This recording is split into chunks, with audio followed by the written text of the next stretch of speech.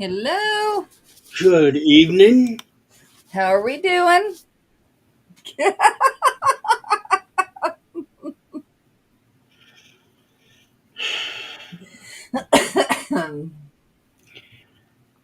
Okay, never gets old. to be fair on things, it's been over 2 weeks, so I kind of did forget. No excuses, Nick. We've been reminding you week after week after week after week. Well, as Kate would say. Every single week. There you go, Nick. That's the volume. You should do that every Oh time yeah, you say well. stuff. Yes. He finally got it. Thanks, Kate. Okay, I'm still sharing this out.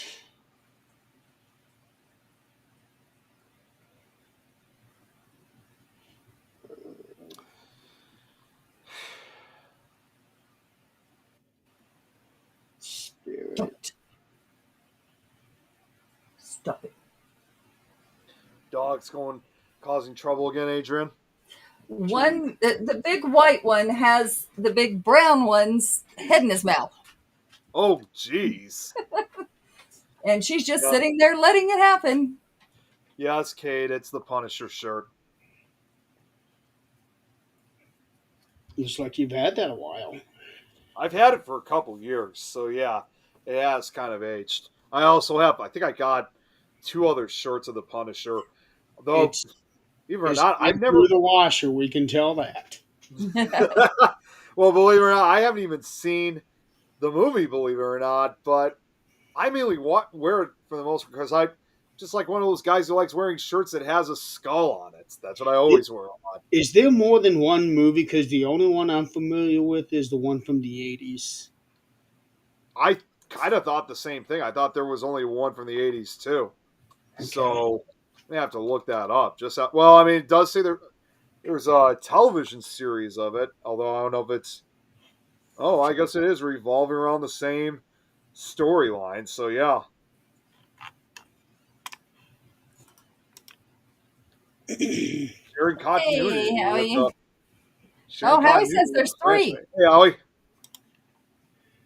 gonna punish those Pop Tarts. Good to see So, you. a few things to touch up on. Eileen is not here today because this morning she had a medical thing going on. Something that she had planned for a little while and got it done today. So she's home. She's doing well. She Um, had a job.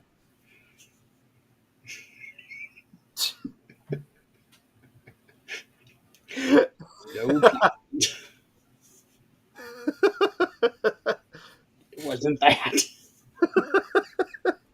Uh, but Eileen is doing well. Um, Also, we had a birthday yesterday. Yeah, it was yesterday. Mike Myers' birthday. Yeah, Michael Myers, a member of Things. Only Nick could arrange that, getting somebody named Michael Myers on this team. Yeah, out of everyone, and he's got the perfect name for it. And then Saturday will be Tim's birthday. Oh, that's right. Yes, Kate. Collision. I know. Um, let's see. A good friend of ours, Amanda Kenley, she posted yesterday that she lost her father. So keep her in your Yes. thoughts. Um, and then also, a lot of things have been happening over the past week, Yep. specifically over Fourth of July holiday. So, as everybody knows, it's been running rampant on the news. Yep. But the flash flood in Texas, horrible event, disaster. Tragic. Just tragic. Yeah, 121 people confirmed as of right now. Including almost 30 children. Yeah, all those little girls from that campsite. that was just heartbreaking just to hear about that whole situation. And as I said before we went on live, and there's some of these girls are, but at this point, considering now several days have passed, they're probably most likely presumed dead. I, So something tells me all of them were killed. I remember hearing about one or two. I think they were found alive 27 miles down the river. Wow, 27 miles down. That makes me even wonder how on earth did they even manage to survive and being Yeah, swept that far of distance. at their ages especially. Yeah, because for most, even at that age, most wouldn't be able to survive such an impact. No, but yeah, that's what I heard. That a couple of them were found 27 miles down the way. And I just couldn't believe it when I heard about that. And I Uh, only heard about that earlier today, so that really shocked the hell out of me. Hey, Tom. and then still 100 and what did I say? 72, 172 people still missing. which once again, if they're not found yet, that's probably going to cause the death toll to get even higher. Yeah, it probably will. Yeah, it probably will. Um, but I know that a lot of people have been calling this like a 100-year flood, but they just had one of those 40 years ago. I know. Yeah, they did. They had some. Wasn't that the one in? Was that also in Texas too, or where was that one at? Yeah, it was in Texas. Okay. It was like 1987, I think it was. Okay. Hey, Sean, I hadn't seen him in a while.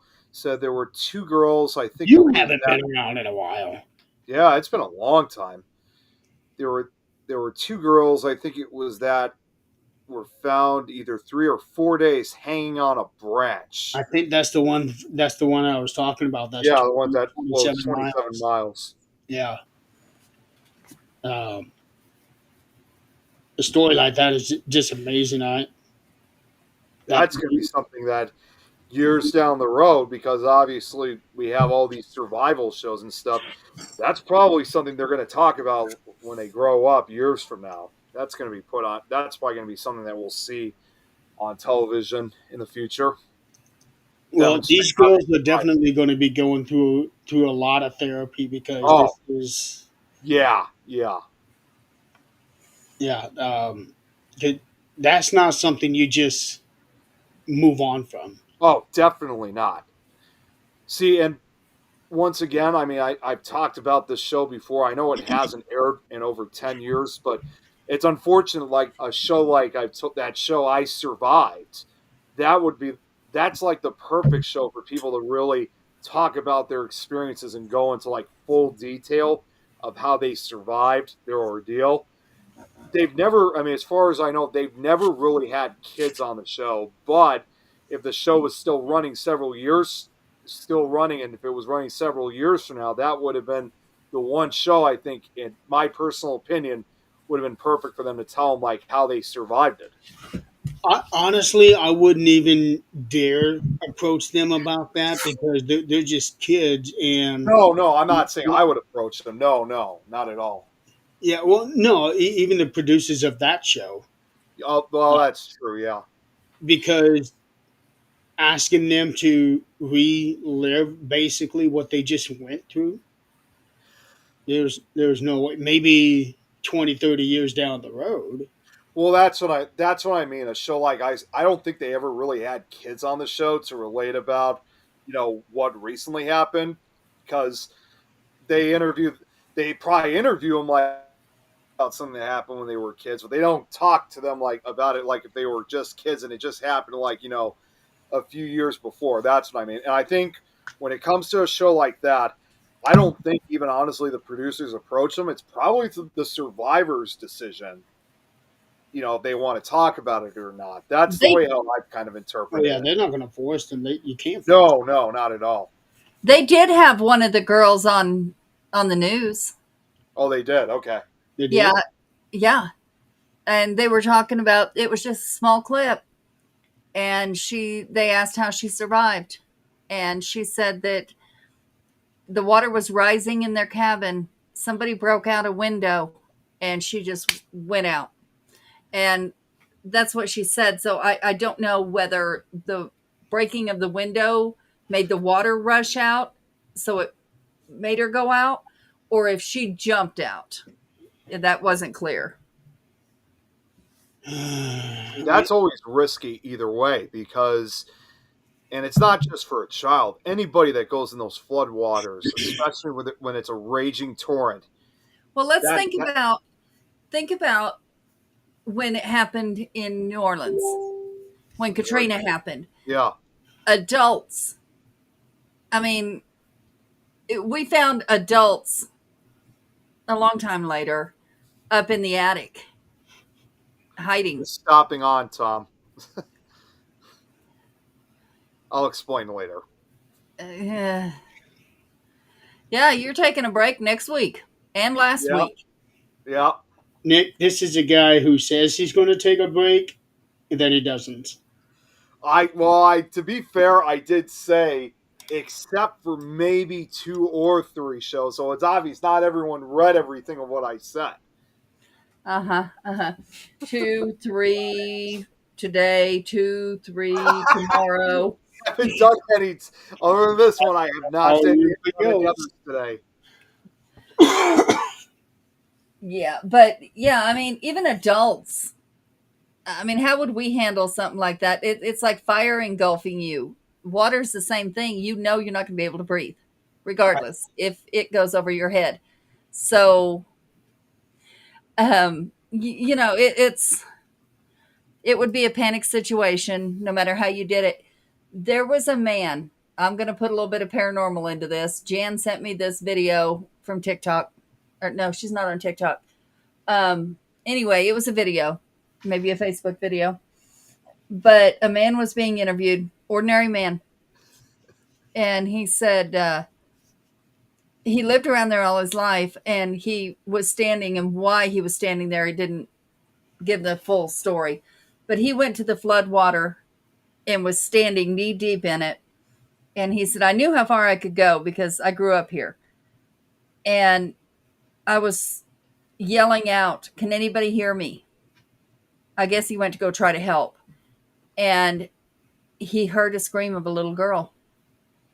And so he'd walk 50 feet and do it again.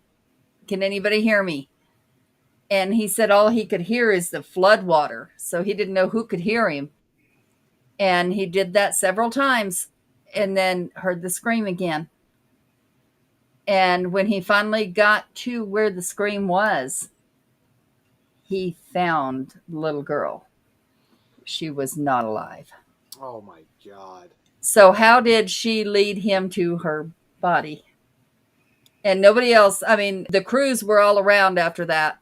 There was no other survivors. No survivors, Unless period. maybe she was alive when she was screaming, and then by the time he got to her, it was just too late. It was like No. going through her death throes. No, she had been gone a while. Really? Hey, Chris. She was hanging from a tree, Oh. and not in a good way.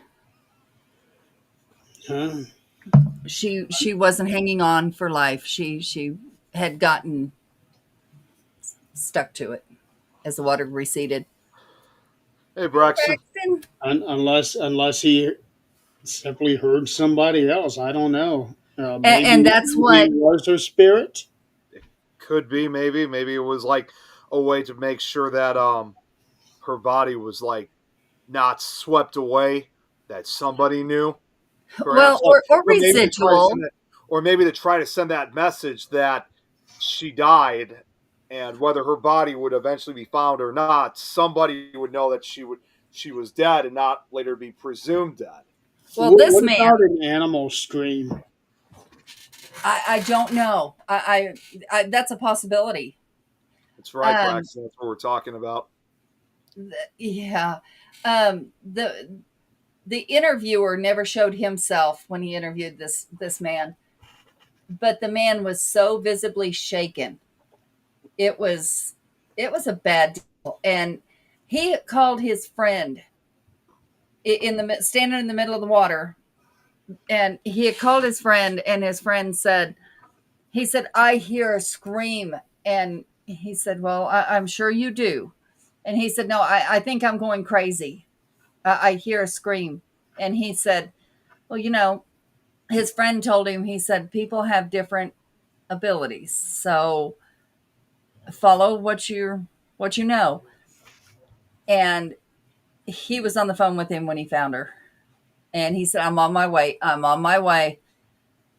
And I guess, I'm the way he acted. I don't know how long after that it was, but the way he acted, this man's going to need some mental help.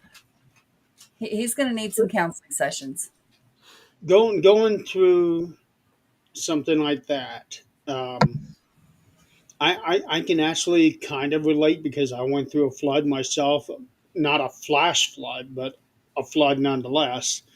Uh, but finding the body of a child, that alone, no matter what Oh my circumstances, God. would be traumatic. Yes. That's why I quit volunteer firefighting, Jeremy, because we got called to a scene of a child and I was done. Jeremy, what Braxton just said, isn't this what you were just referring to about the 100-year flood or something like that? Yeah, I'm pretty sure it was the 1987 is what they said. Yeah, Now, 10 kids lost Kerrville, their lives. They were calling that one the 100-year flood, so that's why there was a lot of people kind of pushing back on calling this one the 100-year flood. But I don't know the circumstances behind the one in '87, what caused that one, but this one here was caused by a tropical storm. Chris here says yeah. this was the third largest death toll in Texas history for natural disasters. Now for New Mexico and maybe Kerrville, because it's not that far, you have to remember, even a small rain, the ground is so dry in that desert area that it will not soak in. It won't soak into the ground. So, and then the hills, which aren't huge hills, but they're still hills, it comes down quickly. And even when I lived in Carlsbad, we had flooding and it took out the bridge. We were stuck. I was stuck at work when my home was right across the bridge and I couldn't get there. But these communities that are well, I'll speak for Carlsbad, and I don't know how many of the other communities are the same way. But That's right, Braxton. how many? Wait, Three bridges, three bridges, and ductways to make the water kind of dissipate. Three times those failed. The reason those failed is because that area is not equipped. The people don't have the knowledge, like, people that have rain constantly. The city is not set up for those to go into that and disperse where they need to. So three times it failed, and I three times that bridge collapsed. I heard and saw a video of an iron bridge being swept away. oh, Uh, really? it Yeah. was like a historic bridge. Ah, jeez. Um, not one that's used anymore. I think they just use that as part of a walking path. Yeah, like a kind of like one of those historic tourist areas, just to walk and get pictures of. I'll have to look at that, Tom. Is it out on YouTube, or where's Said it at? fire in the area. I don't remember hearing anything about fire in the area. Um, I was looking online about deadliest floods, and the death count on Oh, a lot that's of these is just awesome. staggering. Oh, it's real. Oh, it's awful. You That's look awesome, past 100. Braxton. You The look worst past 100 or one, so years or so. The death toll, I mean, especially like from the Mississippi River. It's unbelievable. The worst one was in 1887, and it was in China, and they estimated between 1 and 2 million people. That's correct. I've heard that. It's actually known, that actually became later known as China's Sorrow. That Mhm. and that flood, which occurred on what's known as the Yellow River, it is Yeah. that's probably the worst one out there because it's flooded its get this, it has flooded its banks more than 1,500 times and still does to this day. So that's why again it's referred to as China's Sorrow. Yeah. So, And okay, we're gonna go into this. I'm gonna. I just looked at my phone and this pisses me off to no end. All right. So I am sick and tired of both sides of politics blaming each other for this bullshit. I'm sick of it. So, with yeah, that said, there was an article come out and now it's everywhere, but this makes me so happy. Our president said that he wasn't going to go help or couldn't go help. He would just get in the way. Okay. Without any orders, without asking, without anything, Mexico came. I was about to say that. I heard about that yesterday evening that Mexico's firefighters came out across the border. Weren't So asked. yeah, They weren't asked. well, not They were asked, but not no, I ordered. didn't say. I meant to say not asked, but No, no, I they showed know. up. But that's the main point. They were Yeah, not asked. Their president did not order it.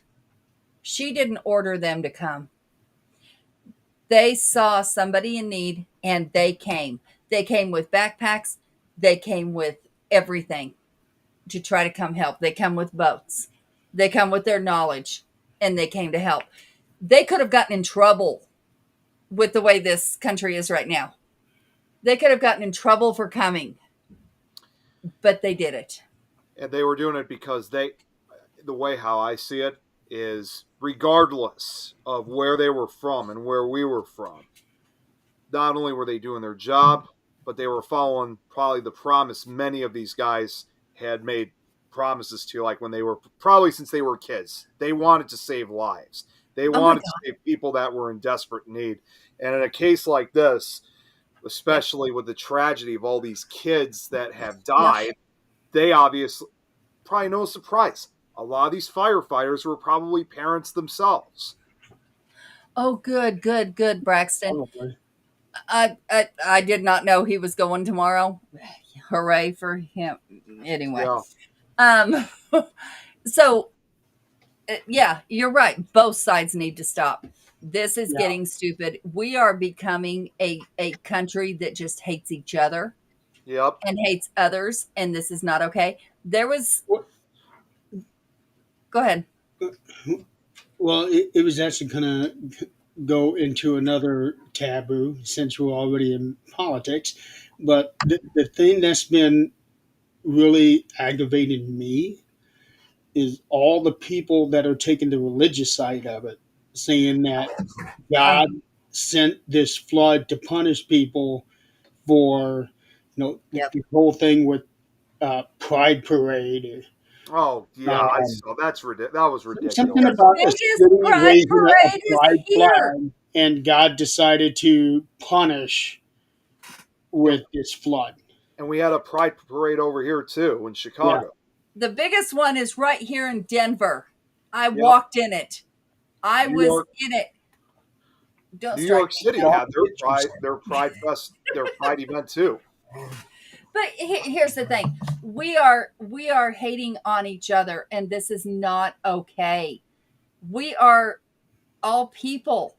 I don't care who you love. I don't care who you screw. It is not my business. It is not my problem. You're not screwing me, and you're not paying my bills. I don't give two shits. Stop. That's how it should be. Yeah, that's right. You know what? It's fine.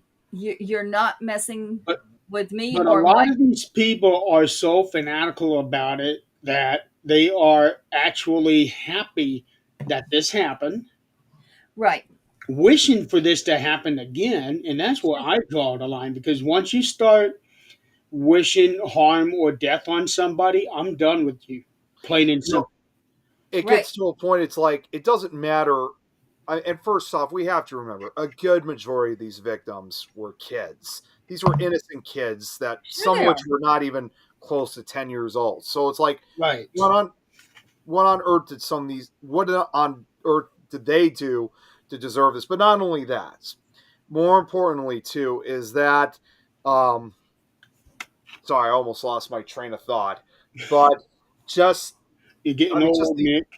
yeah. Well, I that get it. and I'm trying to bite my tongue. I get it. yeah, it's. I mean, what I was going to say is it doesn't even sometimes matter who some of these individuals were when they died. It's like even I draw the line thinking, okay, there may be some people out there who I know that may be absolute jerks that I may hate with all my heart, but they don't deserve to die. And I don't. Here's my thing, and most of you already know. Those that don't, well, you're about to find out. Um, Here's my thought.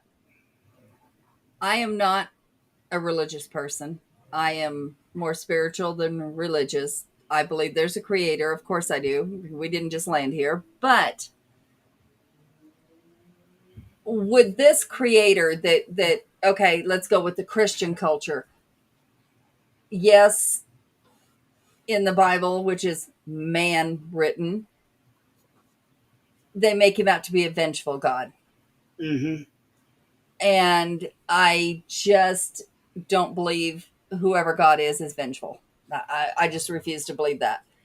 And even if he was vengeful, why would he do this to children that can't think for themselves yet? Well, And Right? think about this, because this, what you'd be talking about, would be a supreme being. And when you get into a supreme leader, this supreme leader, more times than not, would be a dictator.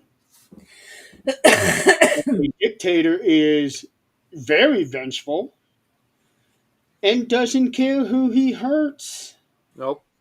yeah, and I just especially if don't. he wants to make an example of somebody.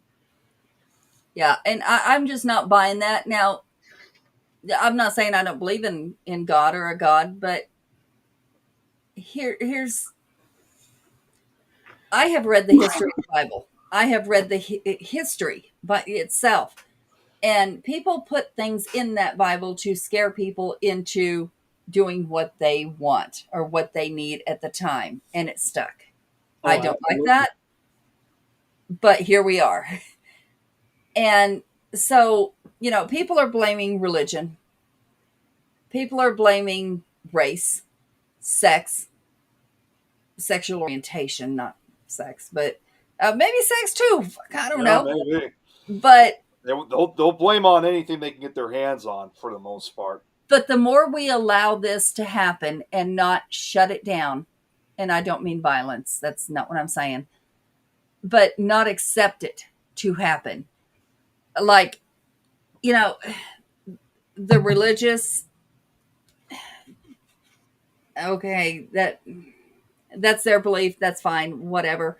But they don't need to go out there and say, God did this because you were gay, God did this because you were, whatever. These kids had nothing to do with that. Right. And we had a lady come out on TikTok the other day. I didn't see it until today. And she was a black lady, came out and said that this happened to these, and they were predominantly white kids, which they were. But there was some color in there. Like there was a Vietnamese child in there. But because there were white kids, they got rid of future fascism, is what she said. Well, her husband was white and he was a preacher, and he had to apologize to his congregation for his wife's TikTok. and she ended up losing her job. But why are we so accepting of bashing other cultures?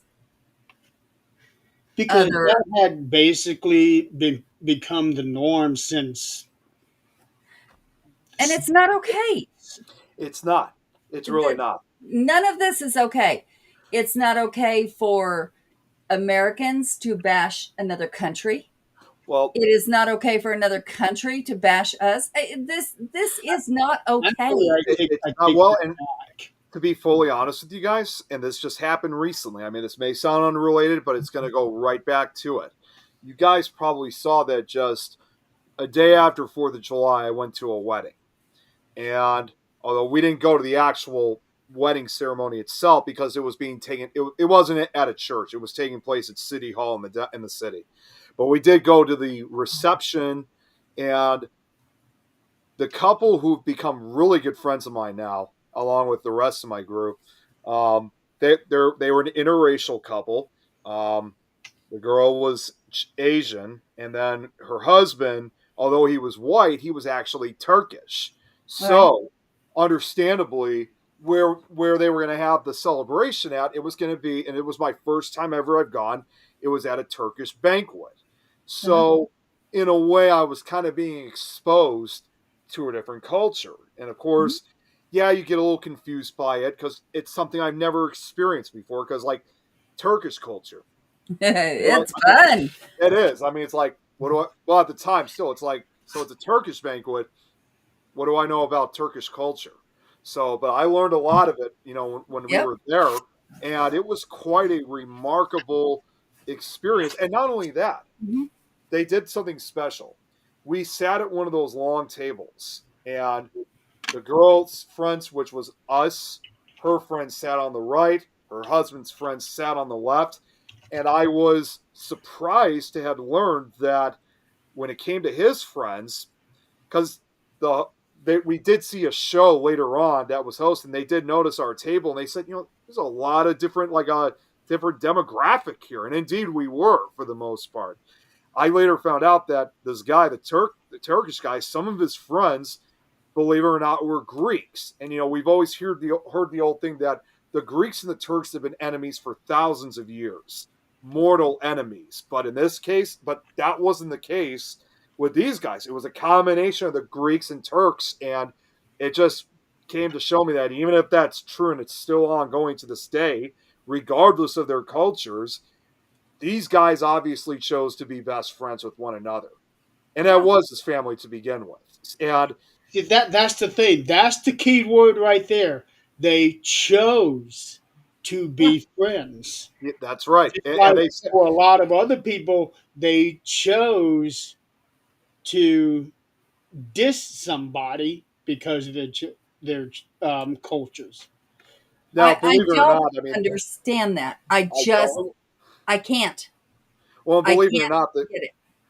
Well, believe it or not, I mean, the entire interaction I saw, it was great between I didn't really talk to them too much because, understandably, they spoke Turkish and Greek. I didn't know Turkish and Greek, so I couldn't really talk to them, understandably. But they even the person who was hosting the show even pointed out saying, "Got a nice group here, Yeah. Greeks, Turkish, Americans." I mean, we were just such a diverse group of people, which I wish we could see more of that, especially in this day and age. You want It was basically a Heinz 57 wedding reception.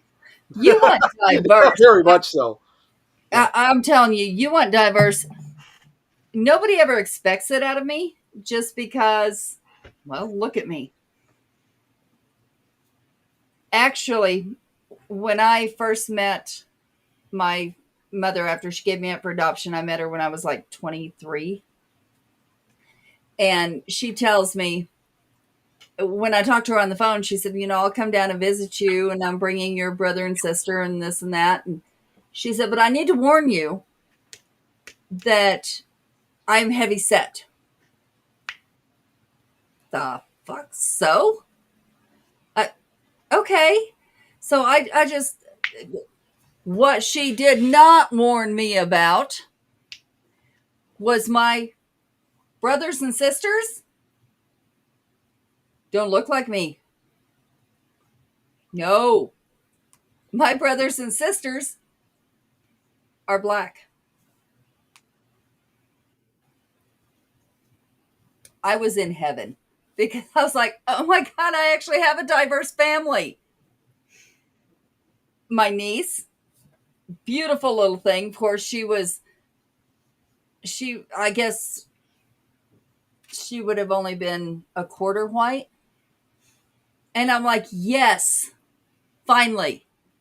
I belong somewhere that's not in this little niche. We go somewhere, and my sister's next to me, and we're in her hometown. And she introduced me to her lifelong friend. She said, "This is my sister." She said, "You mean a friend you're calling a sister?" And she said, "No, this is my blood sister." And she laughed at her. She's like, "Yeah, whatever." I'm like, oh my God. So Here we go. this is how it's going to be. People can't see us as family. We have the same mom. We have different dads. Her dad was from Ethiopia. All my brothers and sisters look nothing like me. So here I am going, okay, how am I going to convince people that I belong in this family? You don't, because Well, you look nothing like them. see, the thing is, it shouldn't be on you to have to prove that you belong to this family. Yeah, no, but, and this was 30 years ago. So I was like, oh my God. But I remember the feeling of, yes, I belong somewhere that's not in this little niche of the doctors that I was raised with, which my family that I was raised with would not care, who I'm. But to actually belong to it was a whole different. It was like, okay, yes. And then, of course, I have my dad's side. They're like little blonde, blue-eyed, look like my daughter. My brother, I'm going to go see, my daughter looks just like him. So, my family is just way out there. So even before that, though, I never, I never saw lines between religion, between culture, between people. I just never did. I guess maybe, is it the way we're raised? Is it what we're taught? I mean, I don't know. It does go back to how we were raised. For me, the way that I was raised is I don't give a shit about your culture. Yeah. If you're a good person, you're a good person. That's it. I could care less where you came from, what color your skin is, male, female, whatever you are. I don't give a shit. Yeah.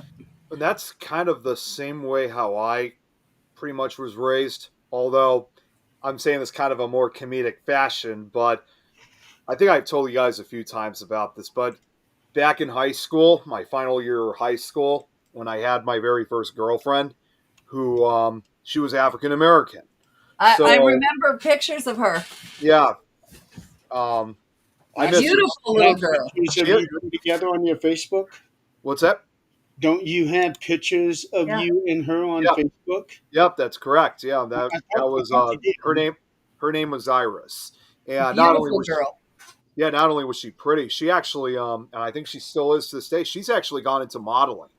So I didn't realize, obviously, at that time I was dating a future model, obviously, but still. Bottom line of what I'm trying to say is that this was back before my grandfather passed away, and I think my grandfather only got to ever meet her once, like in his lifetime, because he passed away in 2013. She had big boobies. Yeah, that's where he gets Damn his it, love Tom. for boobies. Anyways, my grandfather. Tom, I could go in so many different directions of that,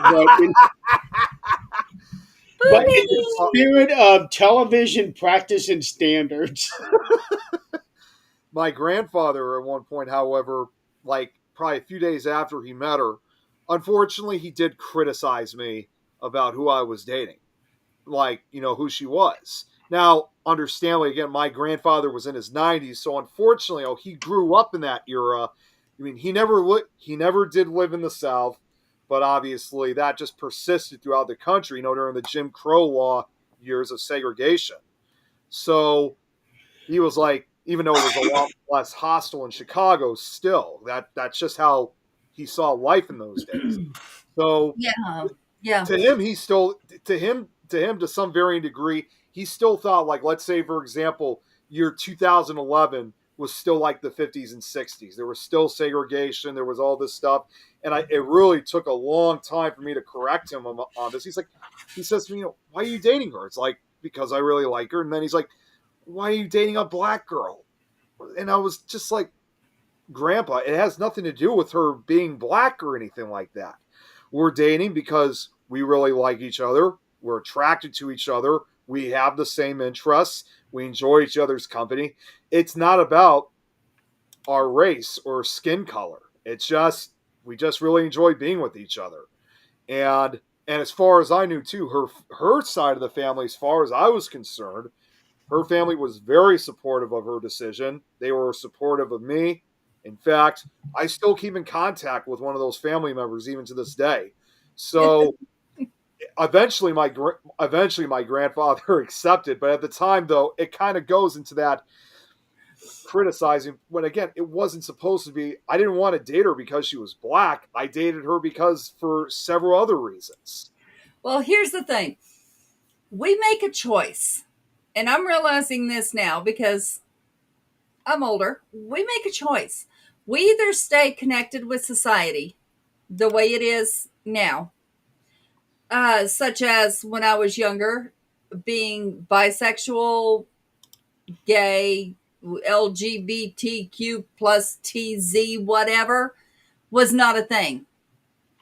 Girls were okay. Girls could do that because it was hot. Boys doing that was not okay. Now it's more accepted. You know what? You change with the times and say, you know what? Because we were taught that's not okay. That was put in our head that's not okay. Okay, so for me, that's not okay. Myself, my choices, that's not okay. That doesn't mean for my best friend it's not okay. Or for, my neighbor, that's not okay.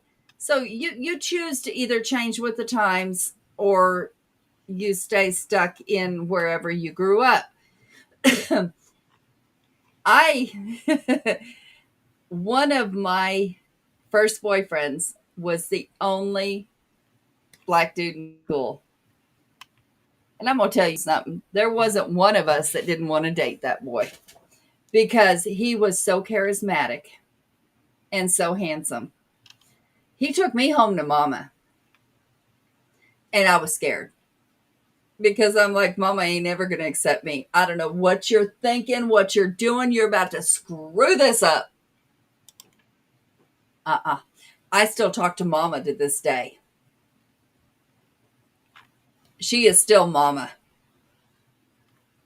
She accepted me. She took me in and she's like, you're good for him. Well, yeah, I was for the time. And we helped each other through hard times. And, that's still mama. And I still talk to him. He's married, moved on. He's got a great life. And that's kind of a similar way where I'm still talking to, every now and then I talk to one of Iris's siblings in a way that we may not be dating anymore, but it still doesn't mean that we still have contact. And as far as I was concerned, because like at the time that I met her too, and believe it or not, they were actually they were a recent immigrated family. They actually did come from Africa and they moved over here to the United States, obviously in this case in the Chicago area. So I will admit it was also kind of an honor in some way to kind of introduce her to, not push her or anything, only like when she was ready, like to introduce her to some of the American culture, because obviously it was far different here than it was in that part of Africa. So, yeah. it was, that was quite. I mean, yeah, it was difficult. And at that time when I had met her, she also did not speak very much English either. She mainly spoke I French. remember you saying that there was a language barrier, but you know what? Even with a language barrier, our facial expressions, our tone of voice says a lot. And our I guess what we would call it in our field are our vibes say a lot. You It can does. if you'll stand, and I actually tried this just to see if this was a real thing. Like when you're trying to develop your senses, you stand in Walmart or wherever you shop. I just told on myself. Um, but Who you doesn't know, go to Walmart? and there's a person behind you, and they haven't spoken, so you don't know male or female. So you kind of hone in on the energies behind you, and you think, okay, is this male or female feeling? And then you turn around to see if you're right. Eventually, when you develop more, it's like, okay, is this what kind of vibe is this person giving off? And there's certain people that you can walk by and go, oh, hell no. This person's not okay. And you know this just by the energy they give off. So it would make sense that if this energy was good energy for you, that, you guys would feel that. And she felt comfortable and you felt comfortable. So, it's more facial expressions, it's more actions, it's more, how you feel with each other than anything else can be gone past. It's also more important to know, like, not only did she feel like we felt each other's like energy in a good way, but like I said, it even went as far. Even though I never really got to meet most of her family, it still reached them in some way. Mm-hmm. And again, despite what my grandfather, originally objected to, again, eventually he accepted and understood that this was someone I really wanted to be with. And as Right. far as I was concerned, the rest of her family, even though the rest of the family was obviously a black family in this case, I mean, as far as they were concerned, they didn't have anything against their sister, dating a white person in this case. You're So lucky. You're lucky. very lucky. I mean, and like I said, that's why I still get support from them every now and then. Sure. Braxton, tell me. I'm curious and I want the honest truth. Did you find those women, were they, and this isn't a cultural thing, this isn't all women, but the ones you dated, were they like entitled little heifers or were they actually good? And well, seriously, I mean, this is what I see anymore is a bunch of entitlement. But I actually dated another man years down the road, and I have never seen so much. I don't know what his dad instilled in this man, but I could not fix it. I couldn't fix it. He was a security guard for a strip club, and he highly educated. That was his night job. Highly educated. He worked for Dell. Wonderful guy, but his insecurities were so awful. He told me when he told his dad he was dating me, which mind you, we're grown, way grown, in our 30s grown. And his dad, when he told him he was dating me, he said, "You have her come over here and clean my house." He said, "Excuse me?" And he said, "If she will come over here and clean my house, then she's worthy." He said, "What the hell are you talking about?" And she said, There's your answer. "Okay, Lisa. okay, good. I'm glad." He said, "If she'll come over here and clean my house, she's worthy." Because, we cleaned their house long enough. She can come clean mine. When he told me that, I said, okay. I said, I'm game. Let's go. And I went over there and I did just that. I cleaned his house. And when he'd speak, I said, yes, sir. Complete respect for him. And I did gain his respect, but his son ended up telling me, I'm not allowed to eat watermelon on the porch. I said, excuse me? What? He said, my dad told me we never eat watermelon on the porch. It's a statistic and we ain't doing it. The fuck? We're trying to, we are going outside watching fireworks and you're not, what? What did your dad do to you? Dear, what did he do to you? Because there were so many things he would not do. And I'm like, I cannot, I can't with this. What was it that they were trying to separate themselves from the black race, even though they were? Yeah. Yeah. He said that people would look down on him if he did certain things. And eating watermelon on his porch was one of them, or out in public. I'm like, I had to look up, where did this even come from? What are you talking about? It was so bad. And I'm like, I cannot. I tried for I a know year. that the stereotype for them goes to watermelon, chicken. I tried and I could not. Mm-mm. I'm like, dude, you have got to understand. He was military. He served in our military. I mean, this guy was top notch, everything, Sometimes completely even the educated. military can't break what your parents instill in you. Oh, I was like, and that was one of the hardest relationships to leave just because he was perfect, other than this. I'm like, dude. So, I don't know whatever happened to him in his life afterwards, but I had to walk away. Yellow and pink. You know what? I have never tried the yellow. Oh my gosh.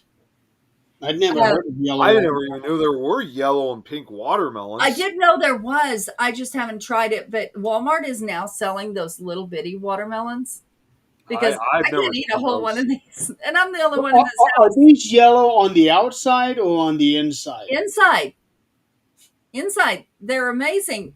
I've seen them, but Dad and I are the only ones that'll eat it in this house. So I have to buy one of those little bitty seedless watermelons, and they are amazing.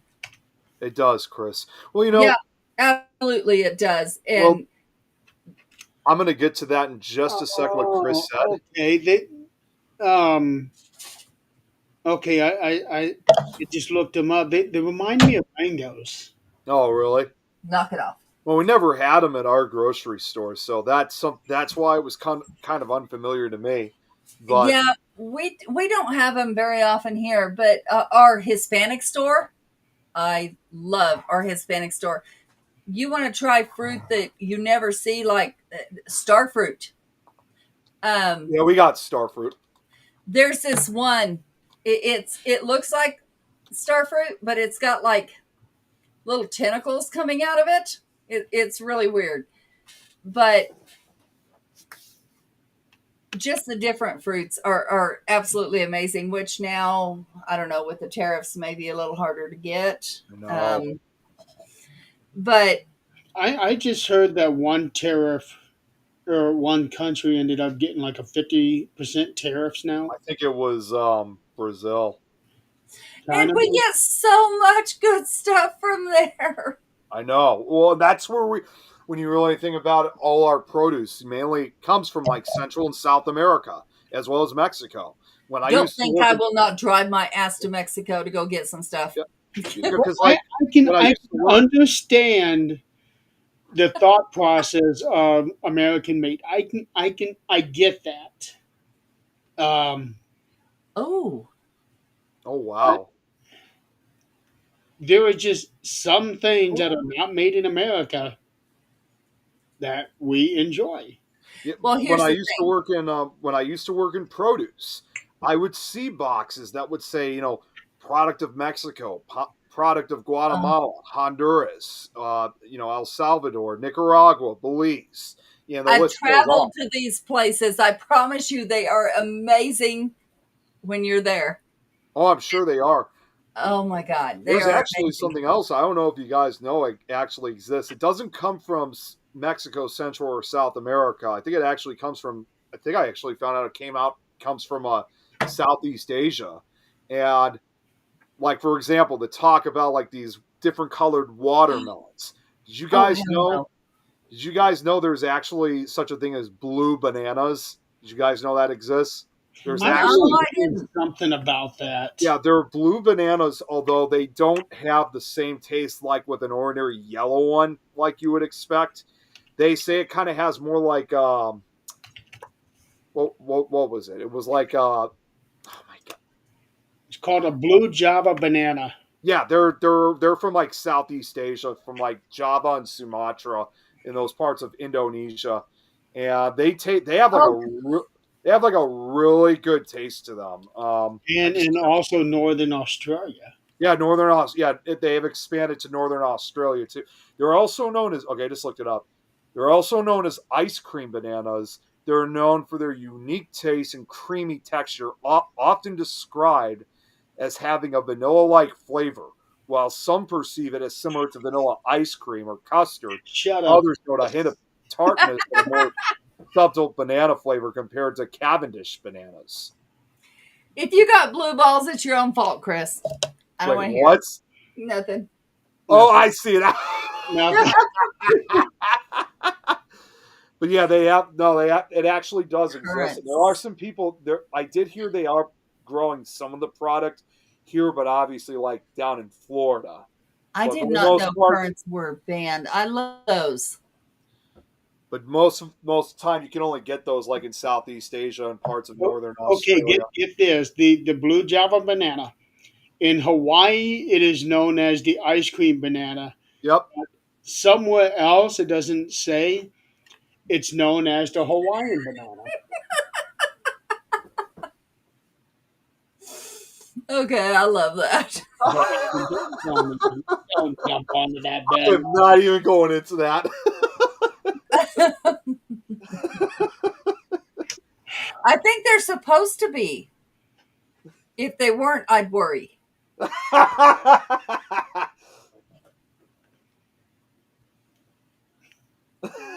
Moving on. Oh my god. One thing I did want to bring up when we were talking about the floods, Yeah. the worst death count in the U.S. was in 1889 in Pennsylvania. It's called the Johnstown. The Johnstown dam break. 2209. Oh yeah. Death So count. I was actually going to try at some point to do No. a Nick Files episode on the Johnstown flood, and most people don't know this, but that flood in particular, not only was that the worst flood, it was actually considered the worst, biggest single day loss of life in American history until 9/11. I know she's not laughing at that. She's still laughing. No. Yeah, I know.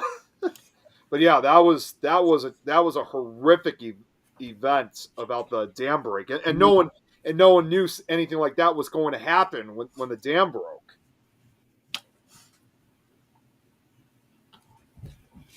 Yeah, Johnstown.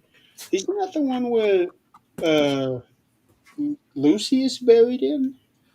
I don't. Wait, which Lucy are you referring to? Johnstown. No, you said Lucy. Which Lucy are you referring to?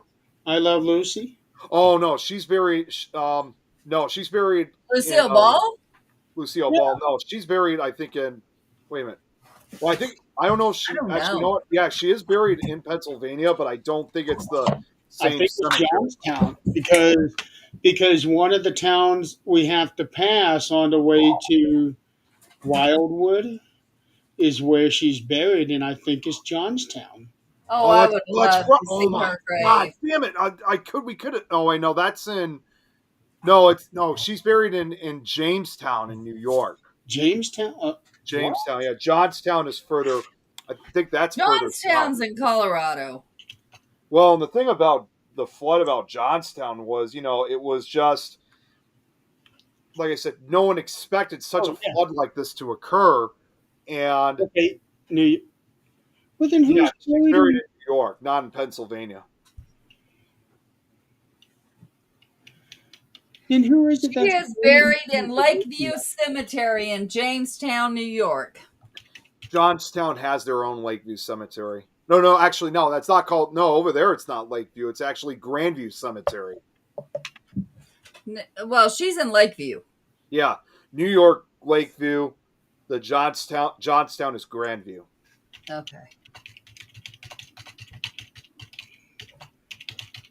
But yeah, 2,209 people were killed by that one alone. And like I said, that was the worst. Even though that was. What's that? Light's mother. Her mother recently passed. Oh gosh. Well, I didn't hear anything about that from cancer. Well, Ozzy's fixing to go, and his wife too. You guys have seen that, right? What is it? Ozzy Osbourne. He's fixing Oh, to go. yeah, I did see that. Yep. They made it to their destination in Switzerland, and they already made the comment, when time is right, they're both going. So it's legal there, and Yep. she has lived through abuse, infidelity. She was his manager, and he apologized for all of that after the last show. He said, and you can see, and that was the most heartbreaking thing. You could see him look at whoever was manning his area there and goes, "Let me fucking stand up." And they couldn't, because he refused his painkillers before the show, and he would fall. Well, because especially now that he's got Parkinson's. But of course, then again, with all the frequent drug use he used all over the years, it's really messed his system up. Well, yes. I mean, I have no argument about that, but Parkinson's is not caused by drugs. No, I know it's not, but he's probably got a He multitude of other issues because of the drug use. Well, yeah, he had an ATV accident a few years back. That's right. You're right. I forgot about that too. But he did say, and I saw a post from his daughter, Kelly. Thank you, baby. Kelly said that he wanted, this was his funeral, is pretty much what it was. He was all dressed in black, which he always was, but this was his funeral. He told his wife he wanted to, if he died on the stage, it was perfectly fine. It just let it go, because that's how he wants to go out.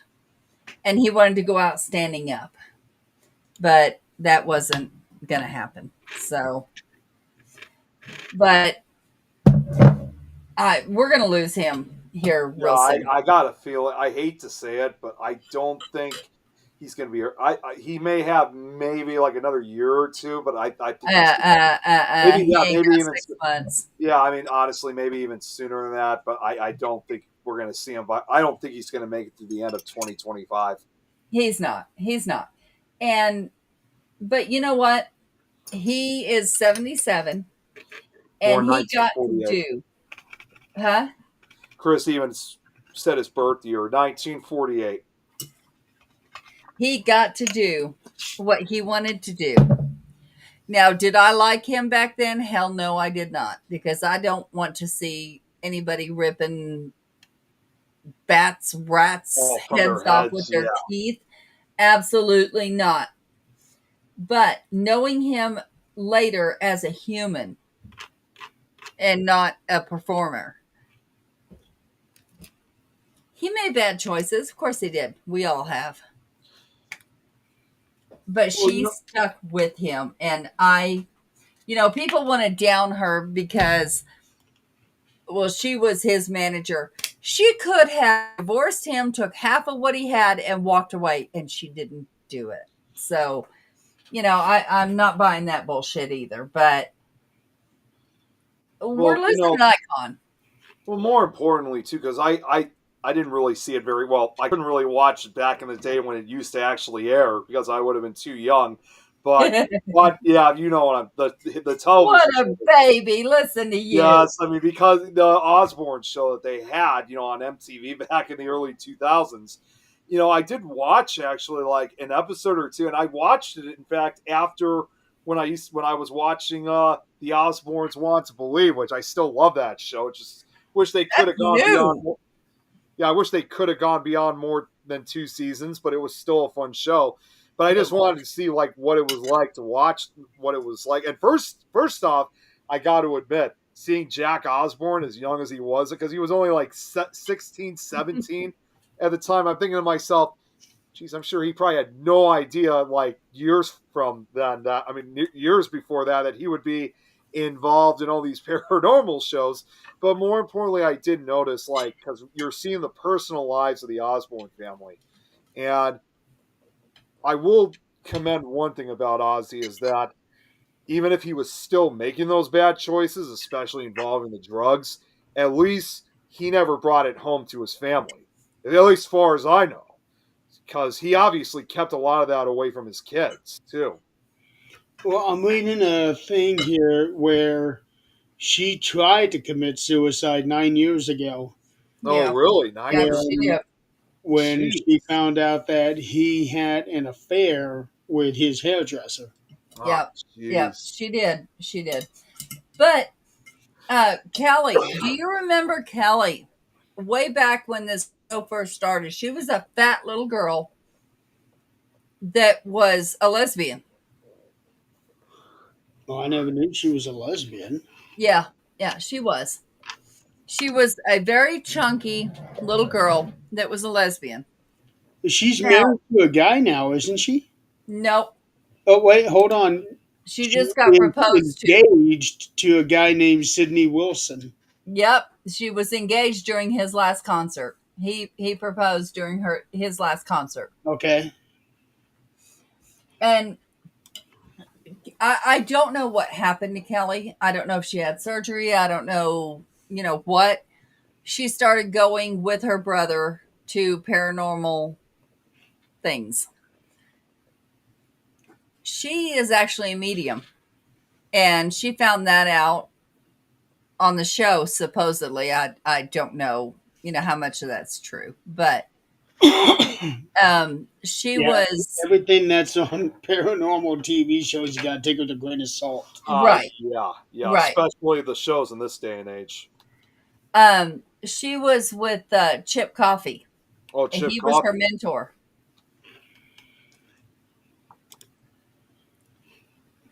Yeah. Okay. In 2018, she described herself as suffering from misophonia, a neurobehavioral phenomenon associated with intolerance of specific sounds or associated stimuli. Okay, so that wouldn't have had anything to do with her weight loss. I'm trying to find something on that.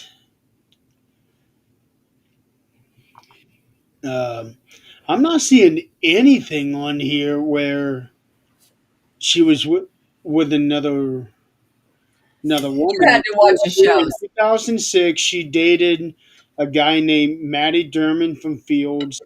Then she dated a Luke Worrell, who is a model. A guy named Don Bronco from some weird ass band. Got engaged to a Matthew Masshart, who is a chef. And then I guess she started dating Sid Wilson. There's nothing on here about her being a lesbian. You had to watch the very first shows back when she was really chunky. She sure she wasn't bisexual? Well, down here it does say she is a British LGBT rights activist. Oh yeah, she was also lesbian. Okay. Kelly was in Sharknado 2 as well. Seriously? Everybody was in a Sharknado movie. Maybe. I won't discount that. Speaking of which, just out of curiosity, The cast for all 5 or 6 or 20 of those movies is a who's who. and speaking of which, in just a week from now, it's going to be Shark Week. I don't care. Although I will say, what was it last year, Adrian, or 2 years ago when I was over at your house? It was Shark Week Last year. Yeah. last year. Uh-huh. Okay, and I was actually interested in some of those shows. They're good shows. They really are. And I'm curious Yeah, to see what this year is going to bring. it shocked the hell out of me. And just out of curiosity, because I didn't really get to see who the host is for this year, because last year it was John Cena. So this year, He hosts everything. yeah, I know he does. I know he's been a frequent guest like on SNL, but this year it's I hope I'm saying his last name correctly. Tom Bergeron. Does that name sound familiar? I have heard that name. Tom Berger. Yeah, I guess. Chris, I'm gonna kick your ass. I swear to God, I'm going to text you at 2 a.m. with that fucking song. He was the host. He was a host of the show America's Funniest Home Videos from 2001 to 2015.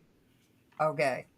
He also was the host of Hollywood Squares from 1998 to 2004. Yes, Chris, I get it, and it is the oldest, stupidest joke. What? Oh God!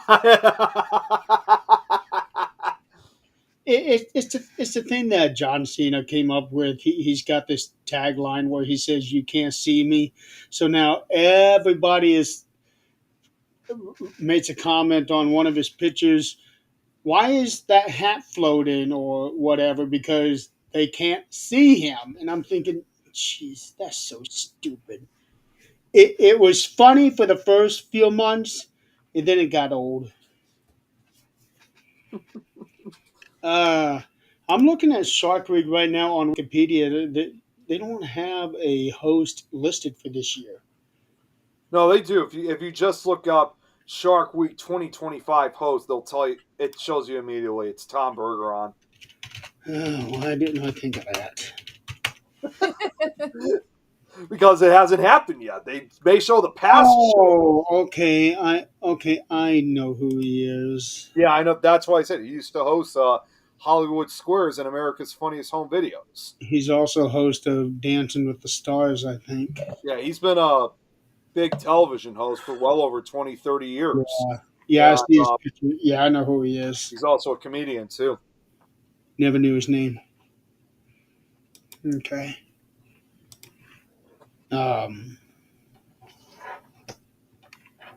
So yeah, oh wow, it's 9:30 already. Yeah, it's gone pretty fast. It has. And we were talking before the show started that we would only keep at an hour. Yeah.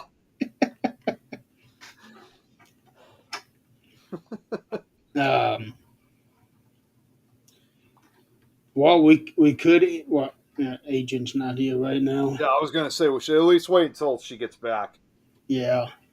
Then we can talk about if we want to end or not. There is actually something I want to bring up to Adrian that I know, and Chris I know is going to love this too, but I'm going to wait till Adrian gets back. In fact, I thought about you guys. In fact, when I talked to you guys earlier about the Turkish banquet that I went to and the show that I saw, well, let's just wait until Adrian gets back. Boobies. God damn it, Chris. Noise. See, he missed it. Some news from my the family cat at oh wow, family cat at kittens. We saw him last night. Congrats, Braxton. Congrats to your cat. Yeah. Always so cute with new cats.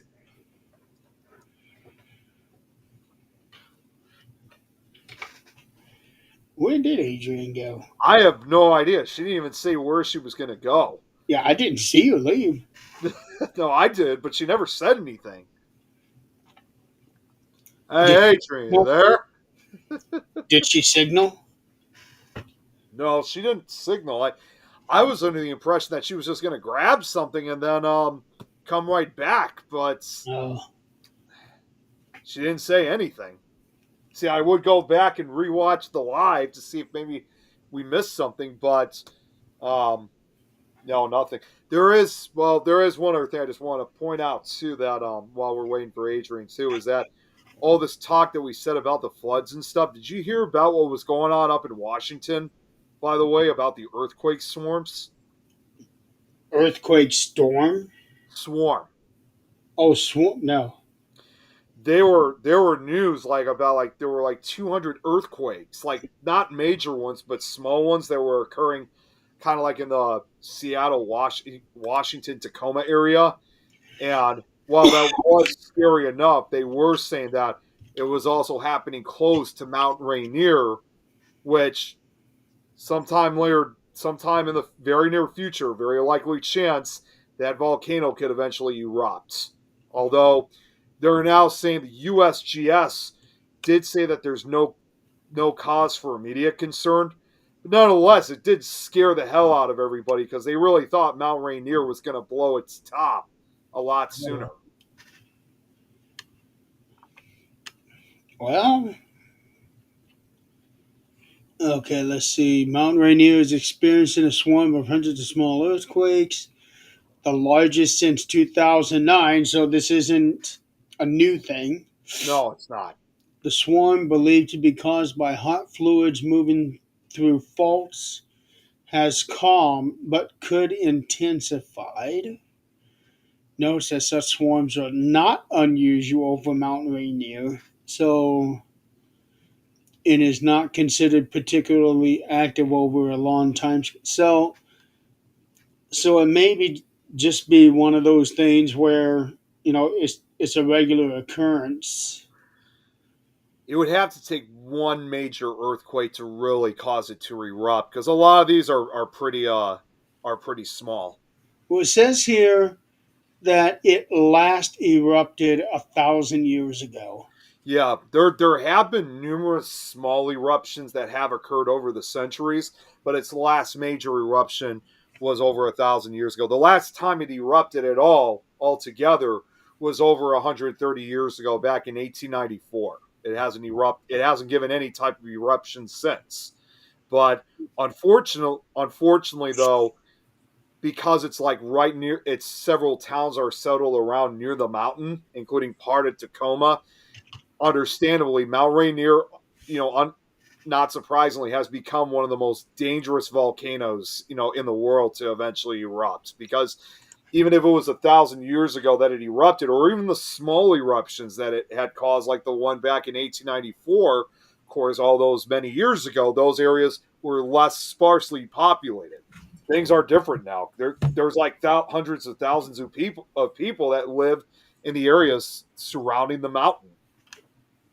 So if it does blow, and if it's a big one, it's not all that far from Yellowstone. No, it's not. The worst part about the whole volcano, more than anything else, it's not even just the eruption itself. Don't get me wrong, the ash can be deadly, but even more dangerous is the mud, because just like any mountain, Mount Rainier is covered with snow and ice. And when a volcano erupts, it causes all that ice and snow to melt, and it mixes in with the mud with almost the texture of wet concrete, and it eventually They're known as lahars. And a lahar, that's an Indonesian term for a mud flow. And you get hit by one of those things, you don't even drown in those things. You're literally crushed to death. I mean, you get hit, you're done. It's over for you then.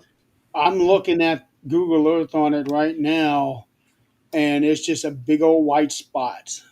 Yeah, that's what it looks like currently. And they're saying that obviously our last eruption we ever had was Mount Rainier's neighbor, Mount St. Helens, back in 1980.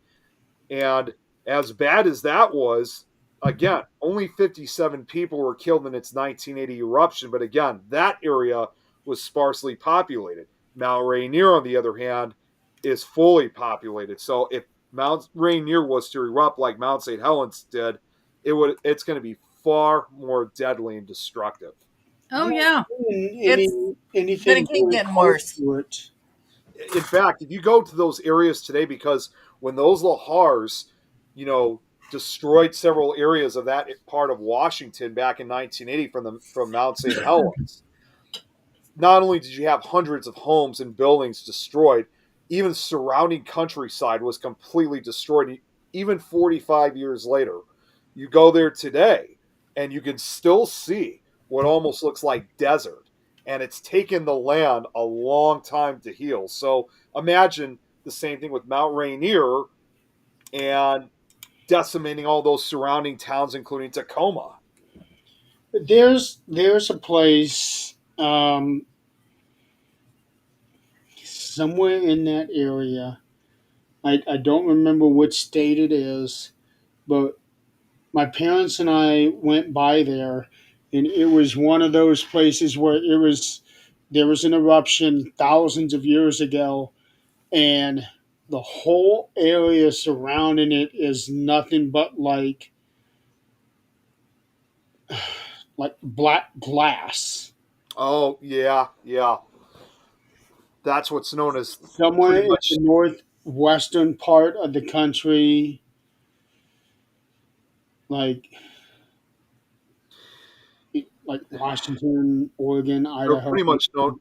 If some I'm thinking correctly, it's probably part of the deposits because those are areas that are known as lahar deposits. Because you have to remember all the mud and dirt that come from these volcanoes and to create these lahars. Even today, with a lot of the surrounding towns and part of Tacoma, they're living on previous lahar deposits. So it's probably part of the deposit you may have seen.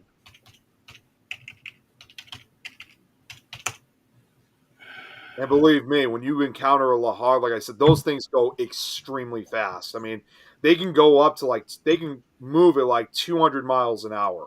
So you're not going to be able to run away or escape on foot.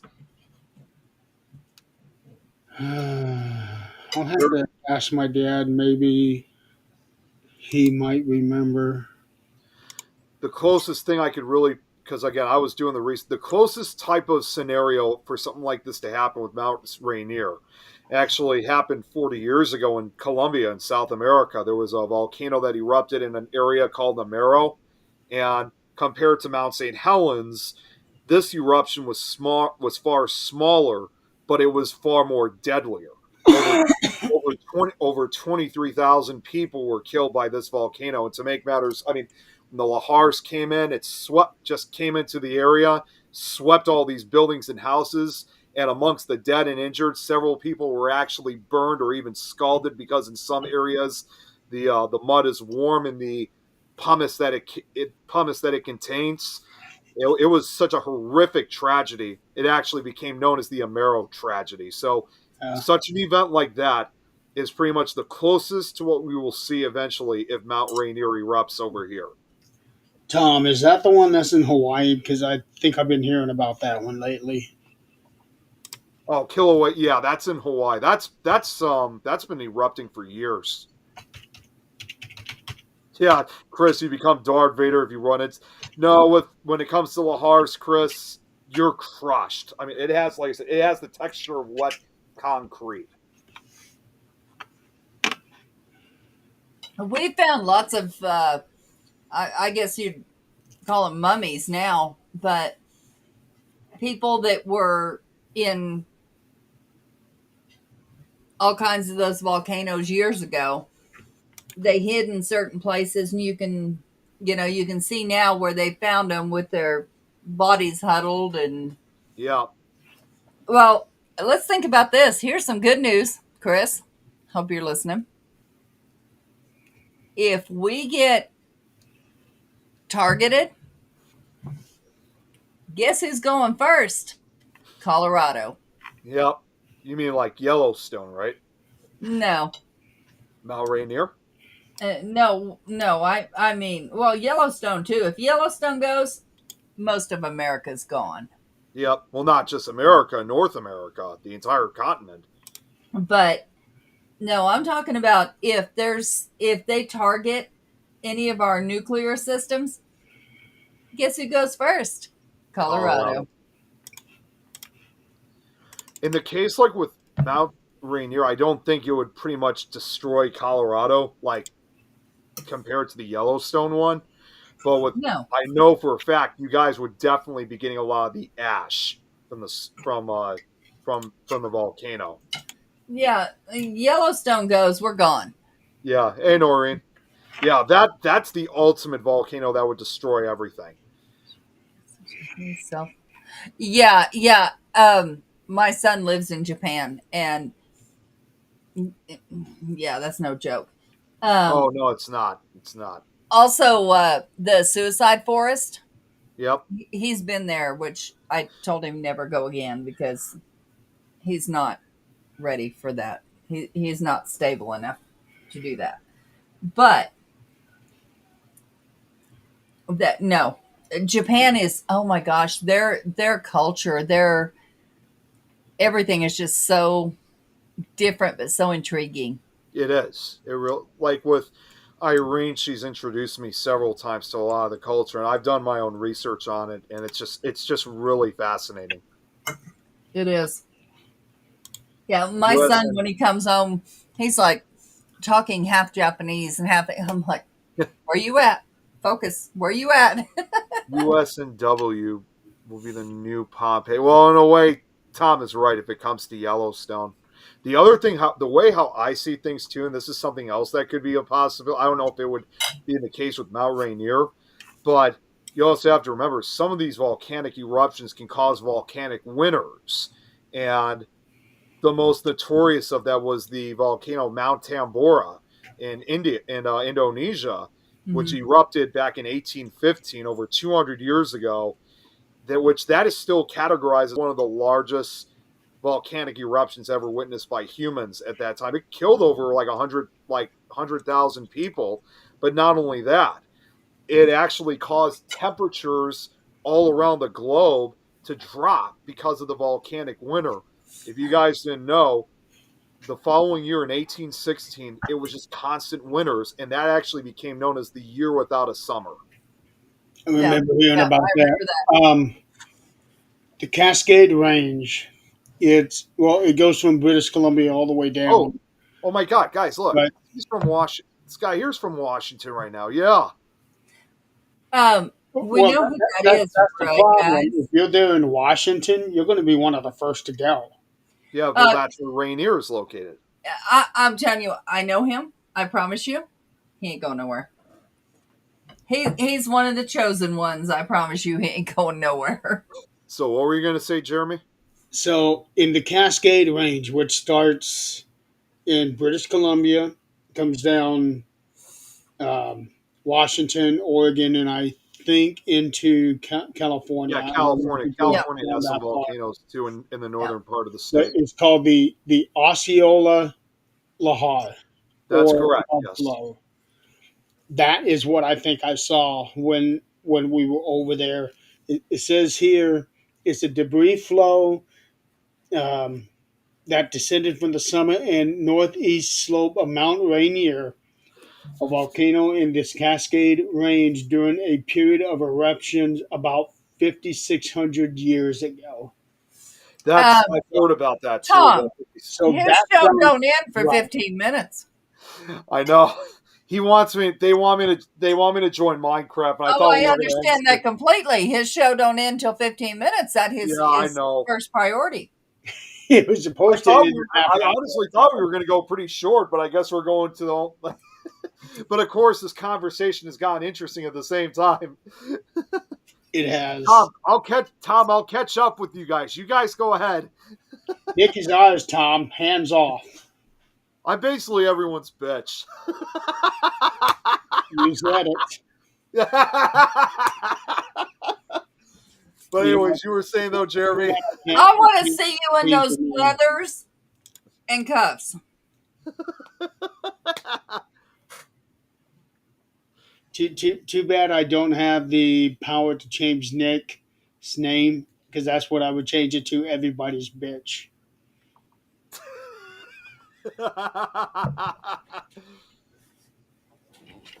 Yeah, Nick and his. Yeah, he's in Illinois. He I can't hear nothing. Hey, I already covered that about 20 minutes ago.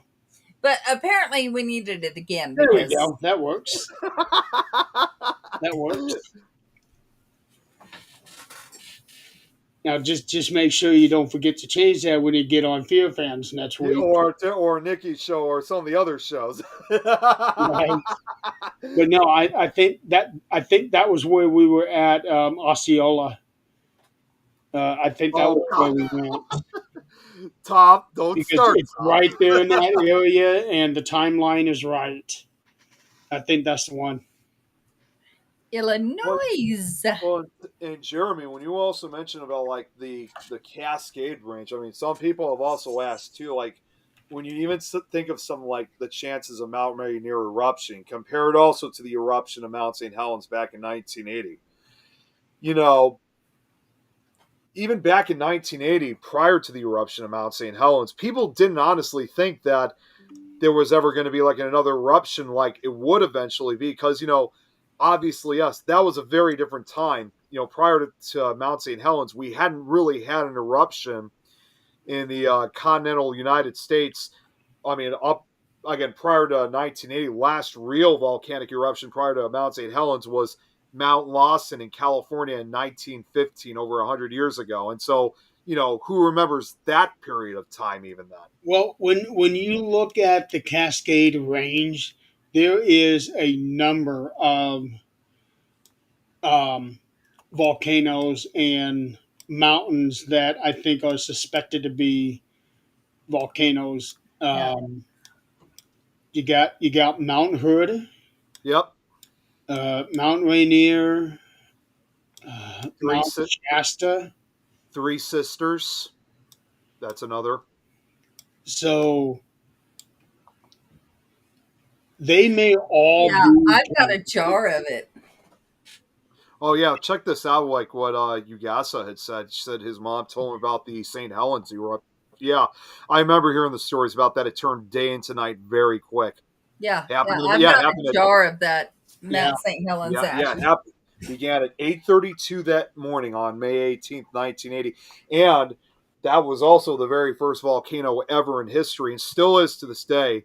Which, because I know 57 people were killed by Mount St. Helens, and tragically, the very first victim was a volcanologist himself, David A. Johnston. Oh, yeah. He was only 30 years old. Usually how that goes. So think about this. You got this. Get down. Basically have a line of volcanoes going down there. So think about the possibility of an event so strong that it activates all of them at the same time. Oh, yeah, I can't even imagine. Yeah. Well, not one of the volcanoes I just mentioned. There's one that's called Three Sister. Yeah, that line. What Ugasa he makes. I almost forgot. Ugasa makes a good point. It's part of the Ring of Fire, and that's why there's so many active volcanoes in that area. But if you look at something called the Three Sisters, they're located in Oregon, and there are three different volcanoes, three mountains that all sit together: North Sister, Middle Sister, and South Sister. Now, they did say that Rainier, Helens, and Adams. that's in Washington. The Three Sisters, they're in Oregon, but they're not Mount Rainier or Mount St. These are three mountains that are close together.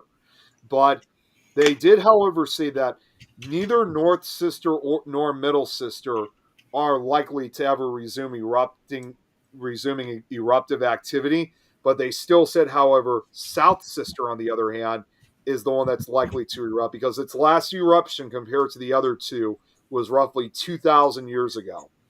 So it's the youngest of it's the youngest of the three. So that's why only South Sister is the only one that's possible of erupting, not North or Middle Sister. Okay, Yep. See, I found them. yeah, Okay. Ugasa just And said, they're also right next to Mount Bachelor. yes, they are. Yeah, Ugasa just said Mount Three Sisters in Oregon, Rainier, St. Helens, and Hood are in Washington. Who names these things? You got the Three Sisters right next to the Bachelor. Yeah. Who One of names those these wouldn't things? be just three sisters anymore.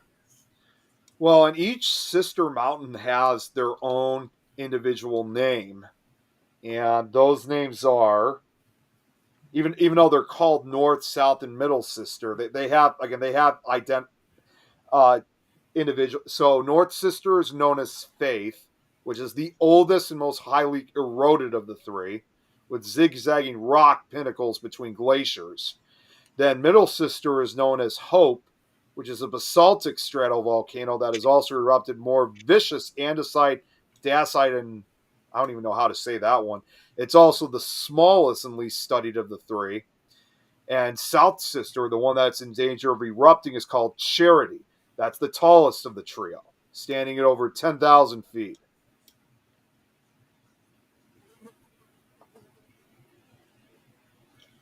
Yeah, so that's what I'm thinking. If there may come a time where something underneath will be so strong that it will activate all of these at the same time.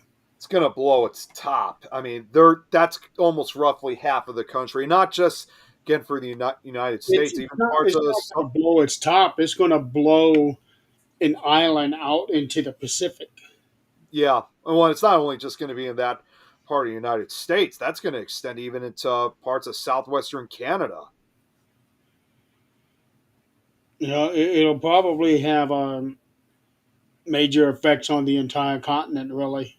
Yeah, all three continents. I mean, all three countries then, because not to mention, in addition to those volcanoes in parts of the United States and Canada, Mexico has its own share of volcanoes as well. Yeah, but it's not in the Cascade Range. No, it's not. It's not.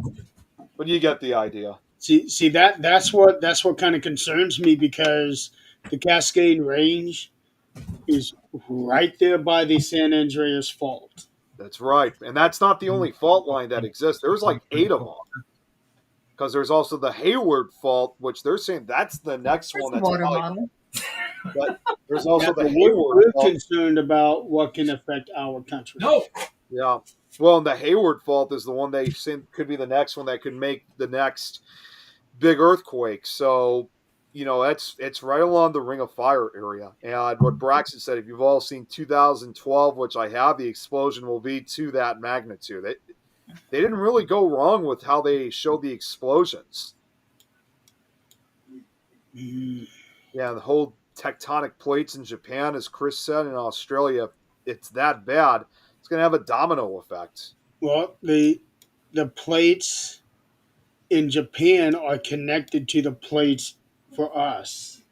Yeah, they're connected to the Eurasian. Yeah, it's the Eurasian plate and the North American plate. Yeah. No.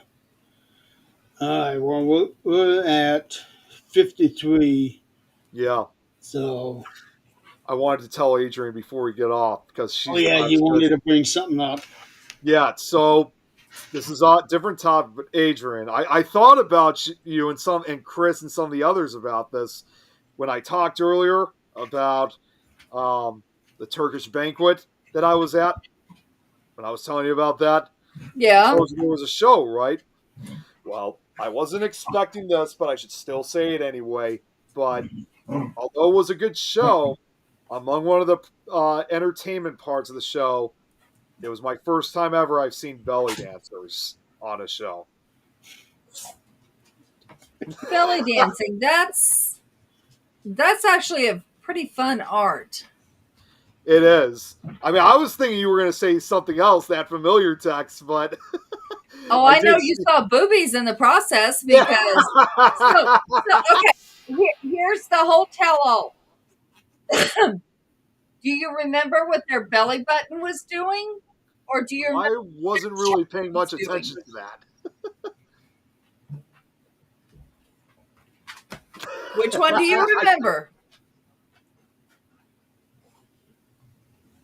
I didn't really pay much attention to that area. I paid attention to the whole person. Then you should know that their chest wasn't moving at all. Only their hips move. Belly dancing. So Okay. you just told on yourself that you were not just paying attention to the whole person, and you know that. But- well, I mean, I have to be truthful in some way. Sure. I didn't know what else to say. I mean, I just thought, I was even thinking to myself, oh man, We're wait till I going to tell teach you Adrian, that. Chris, and some of these other guys about this. Well, belly dancing is an art. It's Yeah, an it is. amazing art. It's a very sophisticated. It is. It is. It takes a lot of practice to move your bottom half and not your top half. Yeah. Honestly, I didn't know that was even considered like a family event, because when we went there, there were other families there that had their kids with. I always thought, I was under the impression that was just mainly like an adults only kind of show. Sweetheart, that's not a strip club. Yeah, I know. That is a belly dance. It was all new stuff. It was a belly dance, which these kids have seen people in bikinis, right? Yes. Same thing, except they're doing a dance. Mm-hmm. I have done plenty of dances in a bikini in places I should not have. So,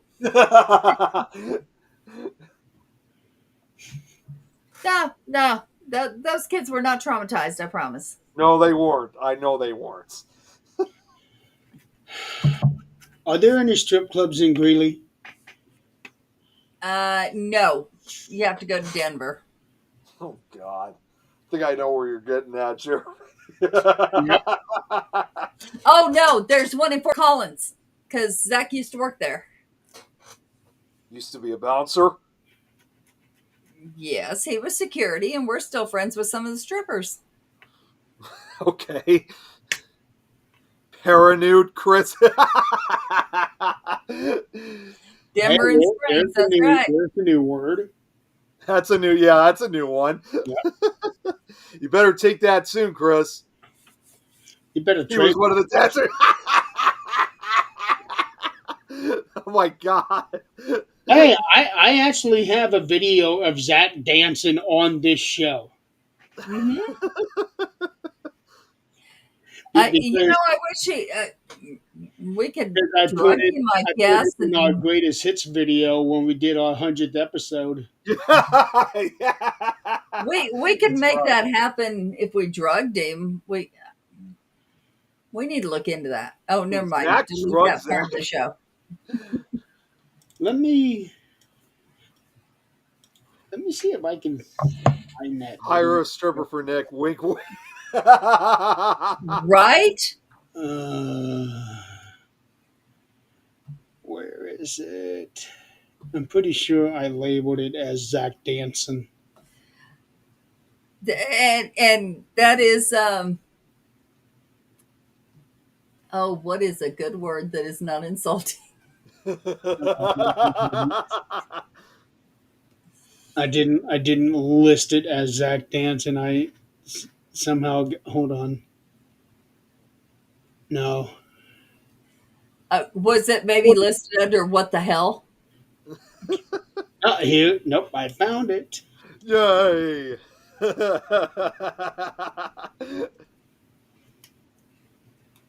a place in Wasn't France Friends with the with me. Naked Ladies? Isn't that just a strip club? No, it's a song. Oh, it's a song. I didn't know that. I didn't know it was a song.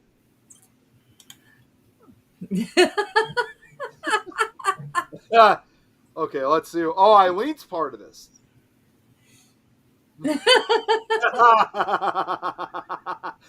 that that would make a good. There we go. That would make a with him dancing like that. That would actually make a good GIF right there. Oh, I was actually trying to hit him.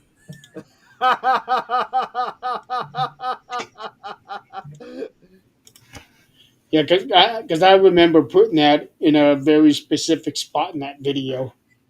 Yeah, yeah. That was actually decent dancing. Good times, though. Hard to believe this is episode 156. Cannot it believe it it. is. Unbelievable. We've been on for over 3 years now. And just think, guys, like now that we're in July, it's hard for me to even believe that in just a few months, we're also going to be reaching Things Network 4-year anniversary. I know. That's like, it just felt like it was a few weeks ago. We just did the 3rd-year anniversary. It feels like that sometimes, doesn't it? I know, it does. It's like, what the hell? What the hell's going on here? Well, that's the thing. As we get older, everything happens faster. It That's why I really, always say, really does. that's why I always try to tell, especially the younger folks out there, loss of control is the first thing to go. Well, unfortunately, when we're young, we don't listen. Yeah, they don't, but And that's I actually still tell. No, It's we don't better to listen say because something. we think we know it all. It's better to say something than nothing because I don't want to have to go through. I don't want to go through somebody saying, "Why didn't you tell me about this when I was?" I'm like, "Hey, Chris I times did try to what? say." Times what? Do we need to have a math lesson after this? No. Telling kids that is it makes no difference because luckily it's a self-preservation thing where kids get to experience life as indestructible. And Yep. I think that's a wonderful thing because now we would look back and go, I would never do that now, but I'm glad I did it then. Well, and that's kind of even the same with even at my age, what I'm doing with my friends now, like with what I just did with them, not only just the wedding, but also for 4th of July. And I even got to go to my first nightclub ever. Oh, we earlier this saw. week. Oh, Yeah, we I was saw. out late. I mean, we were there till about 2 a.m. that night. So Oh, it was so fun. you got to actually live. Got to actually live. Had even a strong shot. Had tequila, believe it or not, and just enjoyed the night. It was a lot of fun. That's it. We've only got today, guys. I don't care how old you are. We've got today. Well, and I also want to Tomorrow throw. we could be bombed. I mean, Yeah, seriously. I also do want to throw something out. This was actually, I'm not going to say very much because I know we got to end things, but when this was actually something you were talking about earlier, Adrian, I think also this would be a good way to kind of end things too, is that when it comes to not only just being with, when you were talking earlier about that there shouldn't be any of this hate, this judging, because of people like hating either because of their race or their color or anything like that. You guys have seen my social group has also, my local friends, we become a really interracial group. I know I probably said it before, but now it really has because it's like you got me and Don along with 2 other people. We're probably the only white folks in the group.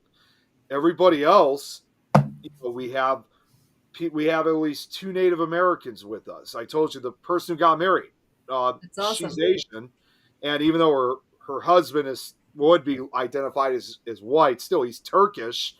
So we've become quite a great diverse, and it's gotten to a point because we got so close to each other that night that we may not be blood, but we have essentially become family together. Obviously you guys are my family too, but as far as like this group, it's like I have another family, to be with. And I do not judge on the fact that we're of different race or background or whatever. I'm proud of it in the end. Doesn't mean anything. Absolutely. Let's leave it on this note. Yeah. you're a history buff. Let's do this. What country was Jesus in? Wasn't that Israel? What color is Israel? That I'm not too sure. Certainly not that white, brown, curly hair. Yeah. He is not. So if the Bible is true, he's not white. It's not. It just. I honestly wouldn't be surprised. Oh, he's not. He's absolutely not. Because whites didn't live there. No. So, this racism bullshit is just a bunch of bullshit, and I refuse to deal with it. But Well, I could also. Oh, I'm sorry, Adrian. I could also point out one other and very important thing because you mentioned about my history knowledge, but you go ahead first. I was just going to say I refuse to deal with it. But those of us who refuse to deal with it need to stand up for it. Well, And not just, when you see a comment on Facebook that's less than pleasant and talking about things that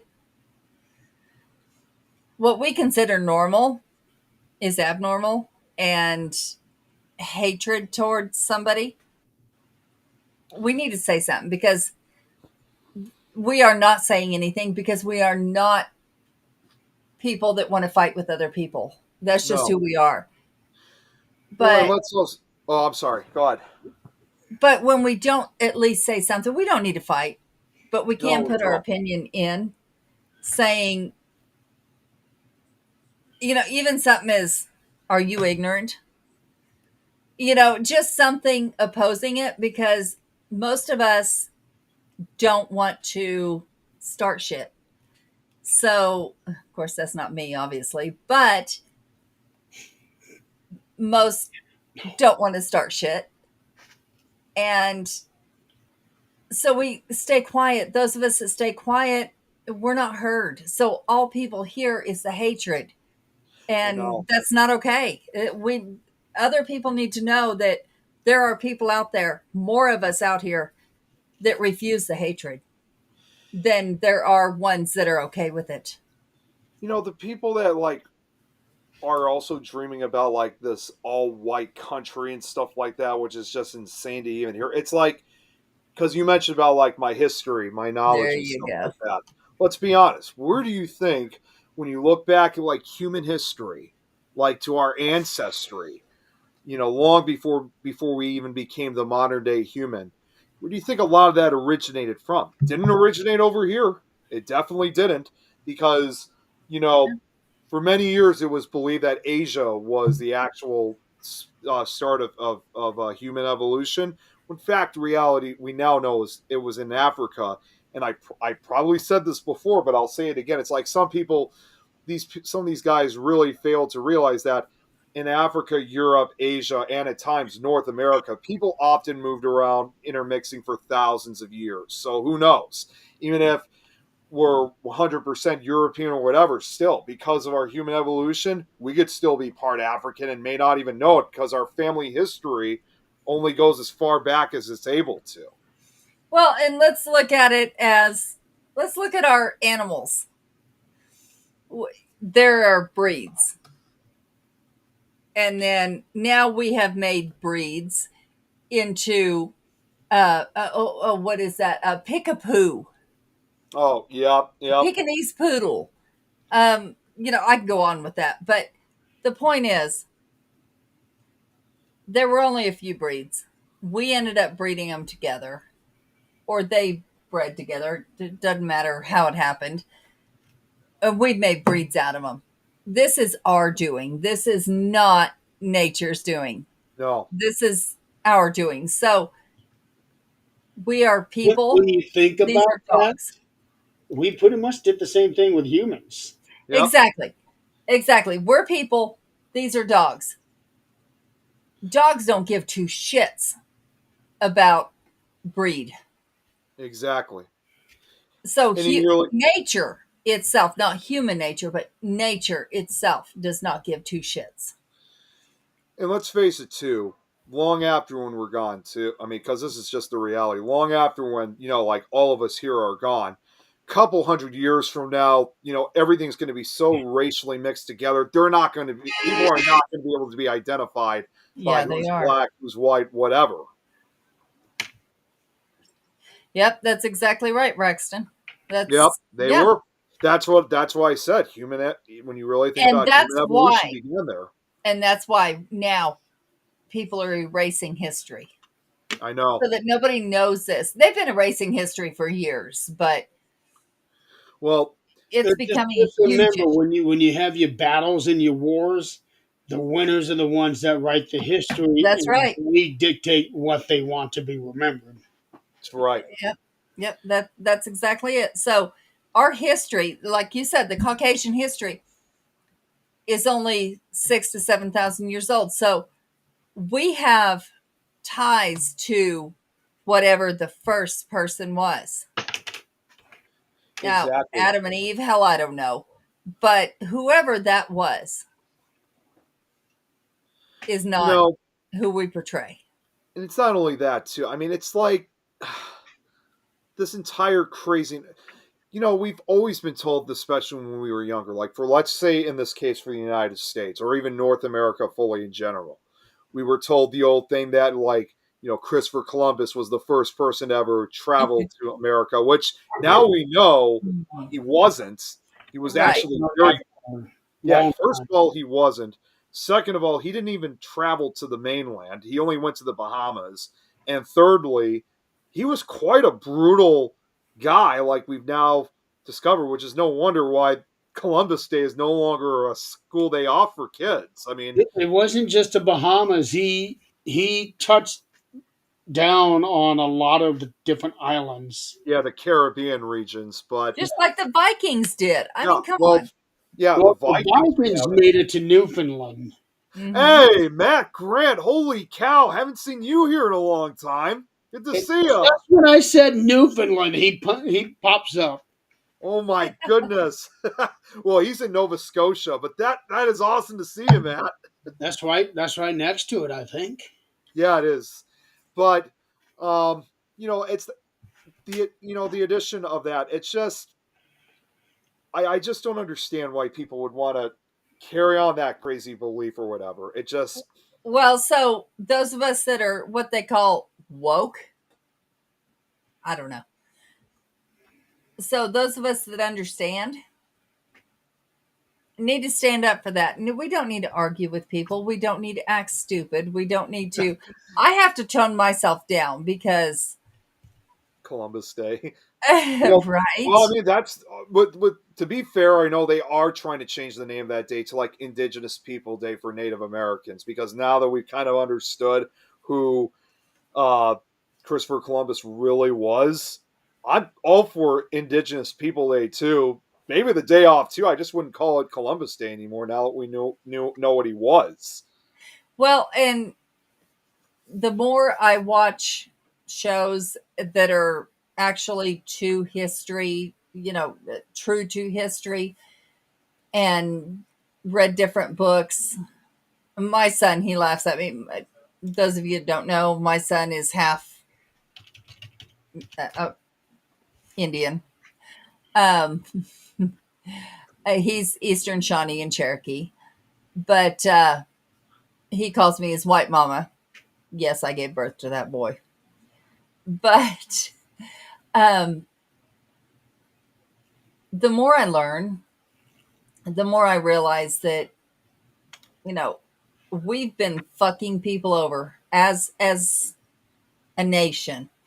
We have been fucking people over from day one. Since And before day one. yeah, and it's time. I don't know what gave us the right. I don't know how it got where it did, but It was just it a progression from back then. yeah, Because we separated ourselves from the UK. yeah, Yep. Well, not the UK, but the European Europe Union. in general, yeah. yeah.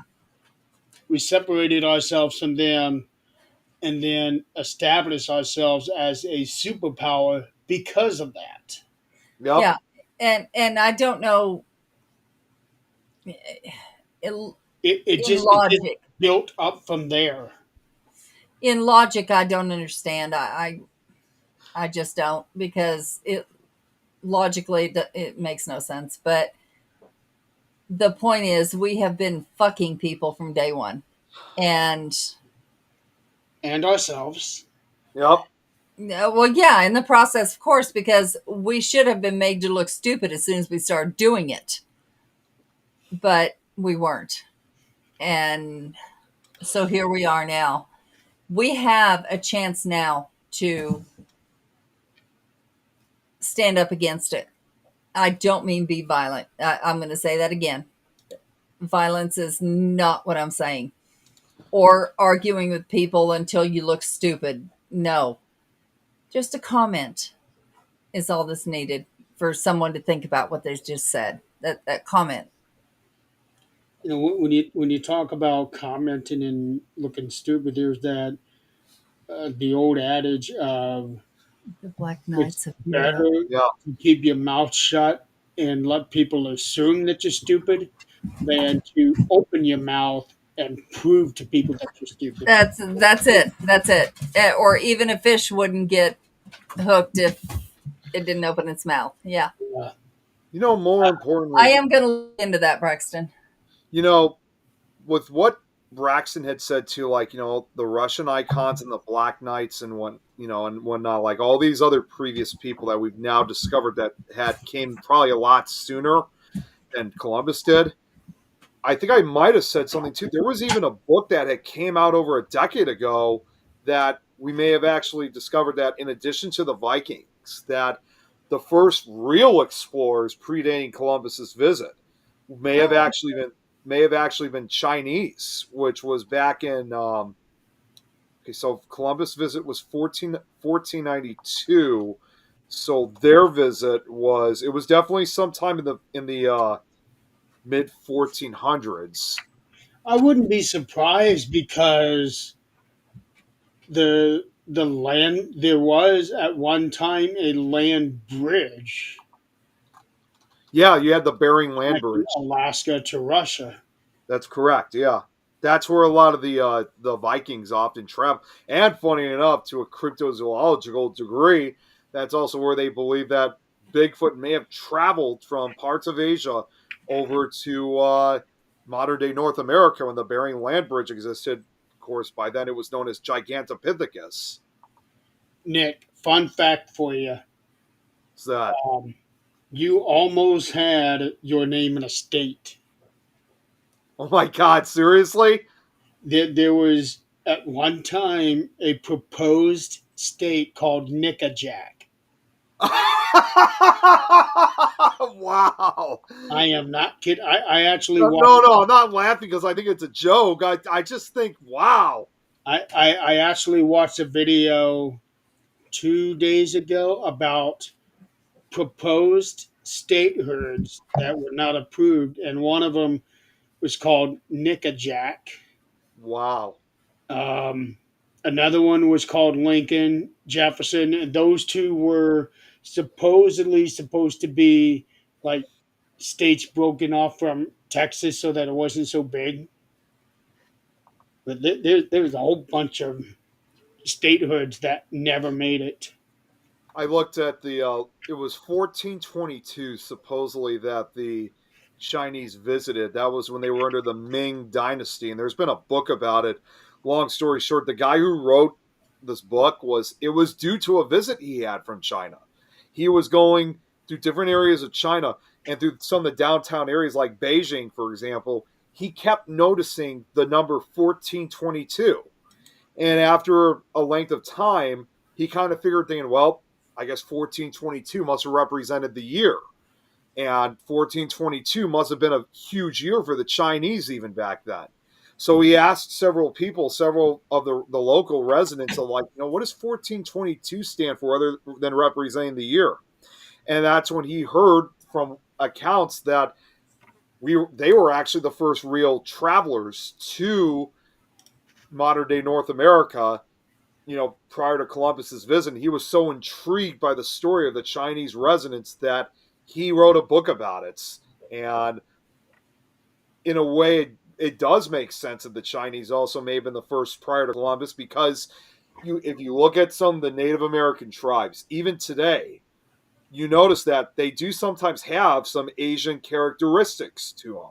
And it kind of makes you wonder, like, how were they able to get that Asian, those Asian backgrounds? And it was obvious that if the Chinese did, truly visit over here, they obviously met several of the Native Americans, which obviously, compared to the later European settlers, the Chinese were probably far more peacefuler than their European counterparts.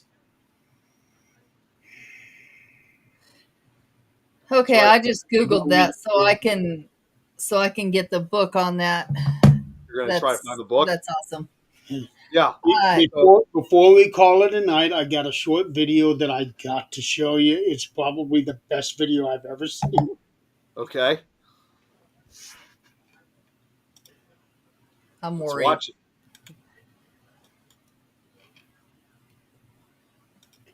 It's I love it. Put it on spotlight for you so you can have it full screen.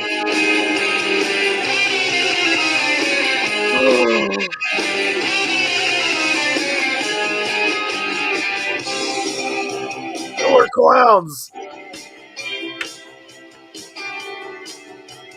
P.T. Barnum said it so long ago. This one more every minute that you know. Some make us laugh, some make us cry. These bells only gonna make you die. Everybody's running when the circus goes to tell them now. Everybody's running for the lights of the killer clouds. But I was missed.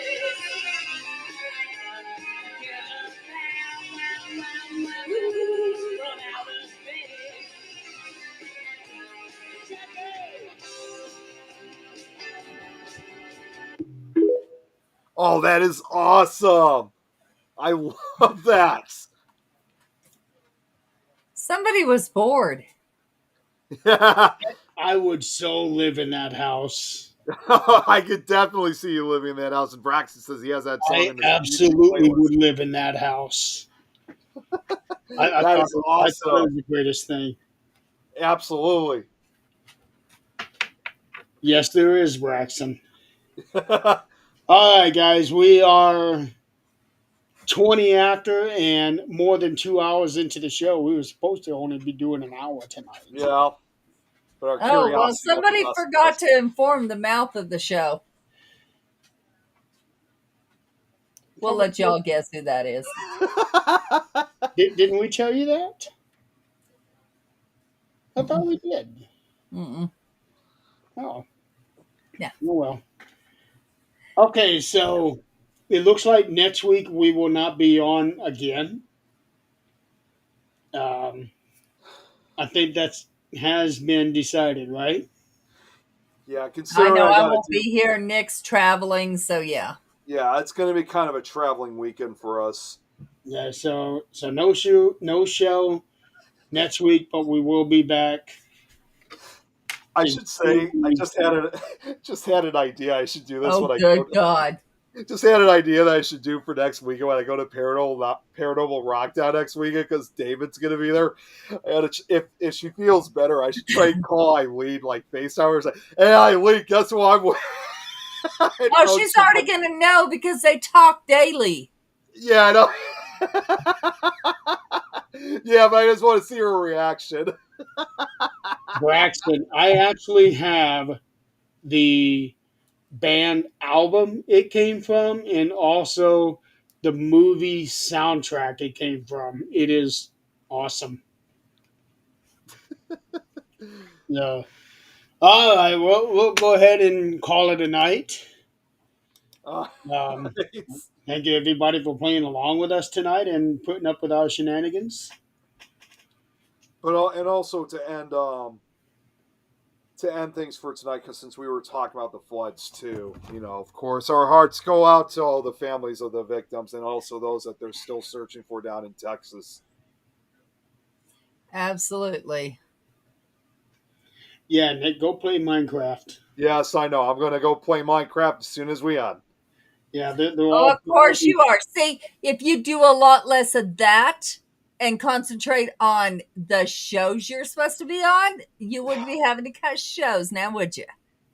You know, jeez, it's just it's overwhelming for me. It really is. Priorities, sir. Priorities. Video games or shows? I thought too that we were only going to be on for an hour, like Jeremy said. But of course, obviously, I I missed kind that memo somewhere. Y'all need to go back through the chat and make sure that you put that in there. of, yeah, I know. we were talking about it on here. We were talking, yeah. Oh, so yeah, I missed that Okay, completely. it must have been right before you came on because I know we were talking about Yeah, it. we were. Mm-hmm. Okay, we're going to go ahead and get off of here so that we don't go down another rabbit hole. Yeah. So all you guys out there, be Hellfire. safe this weekend. Because I know that some of us are going to be getting some rains.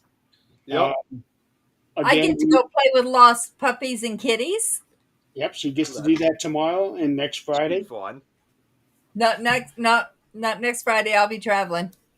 Oh yeah, that's right. I'm at the mercy of Zach's driving. God help us all. Hey, he was driving good when I was there.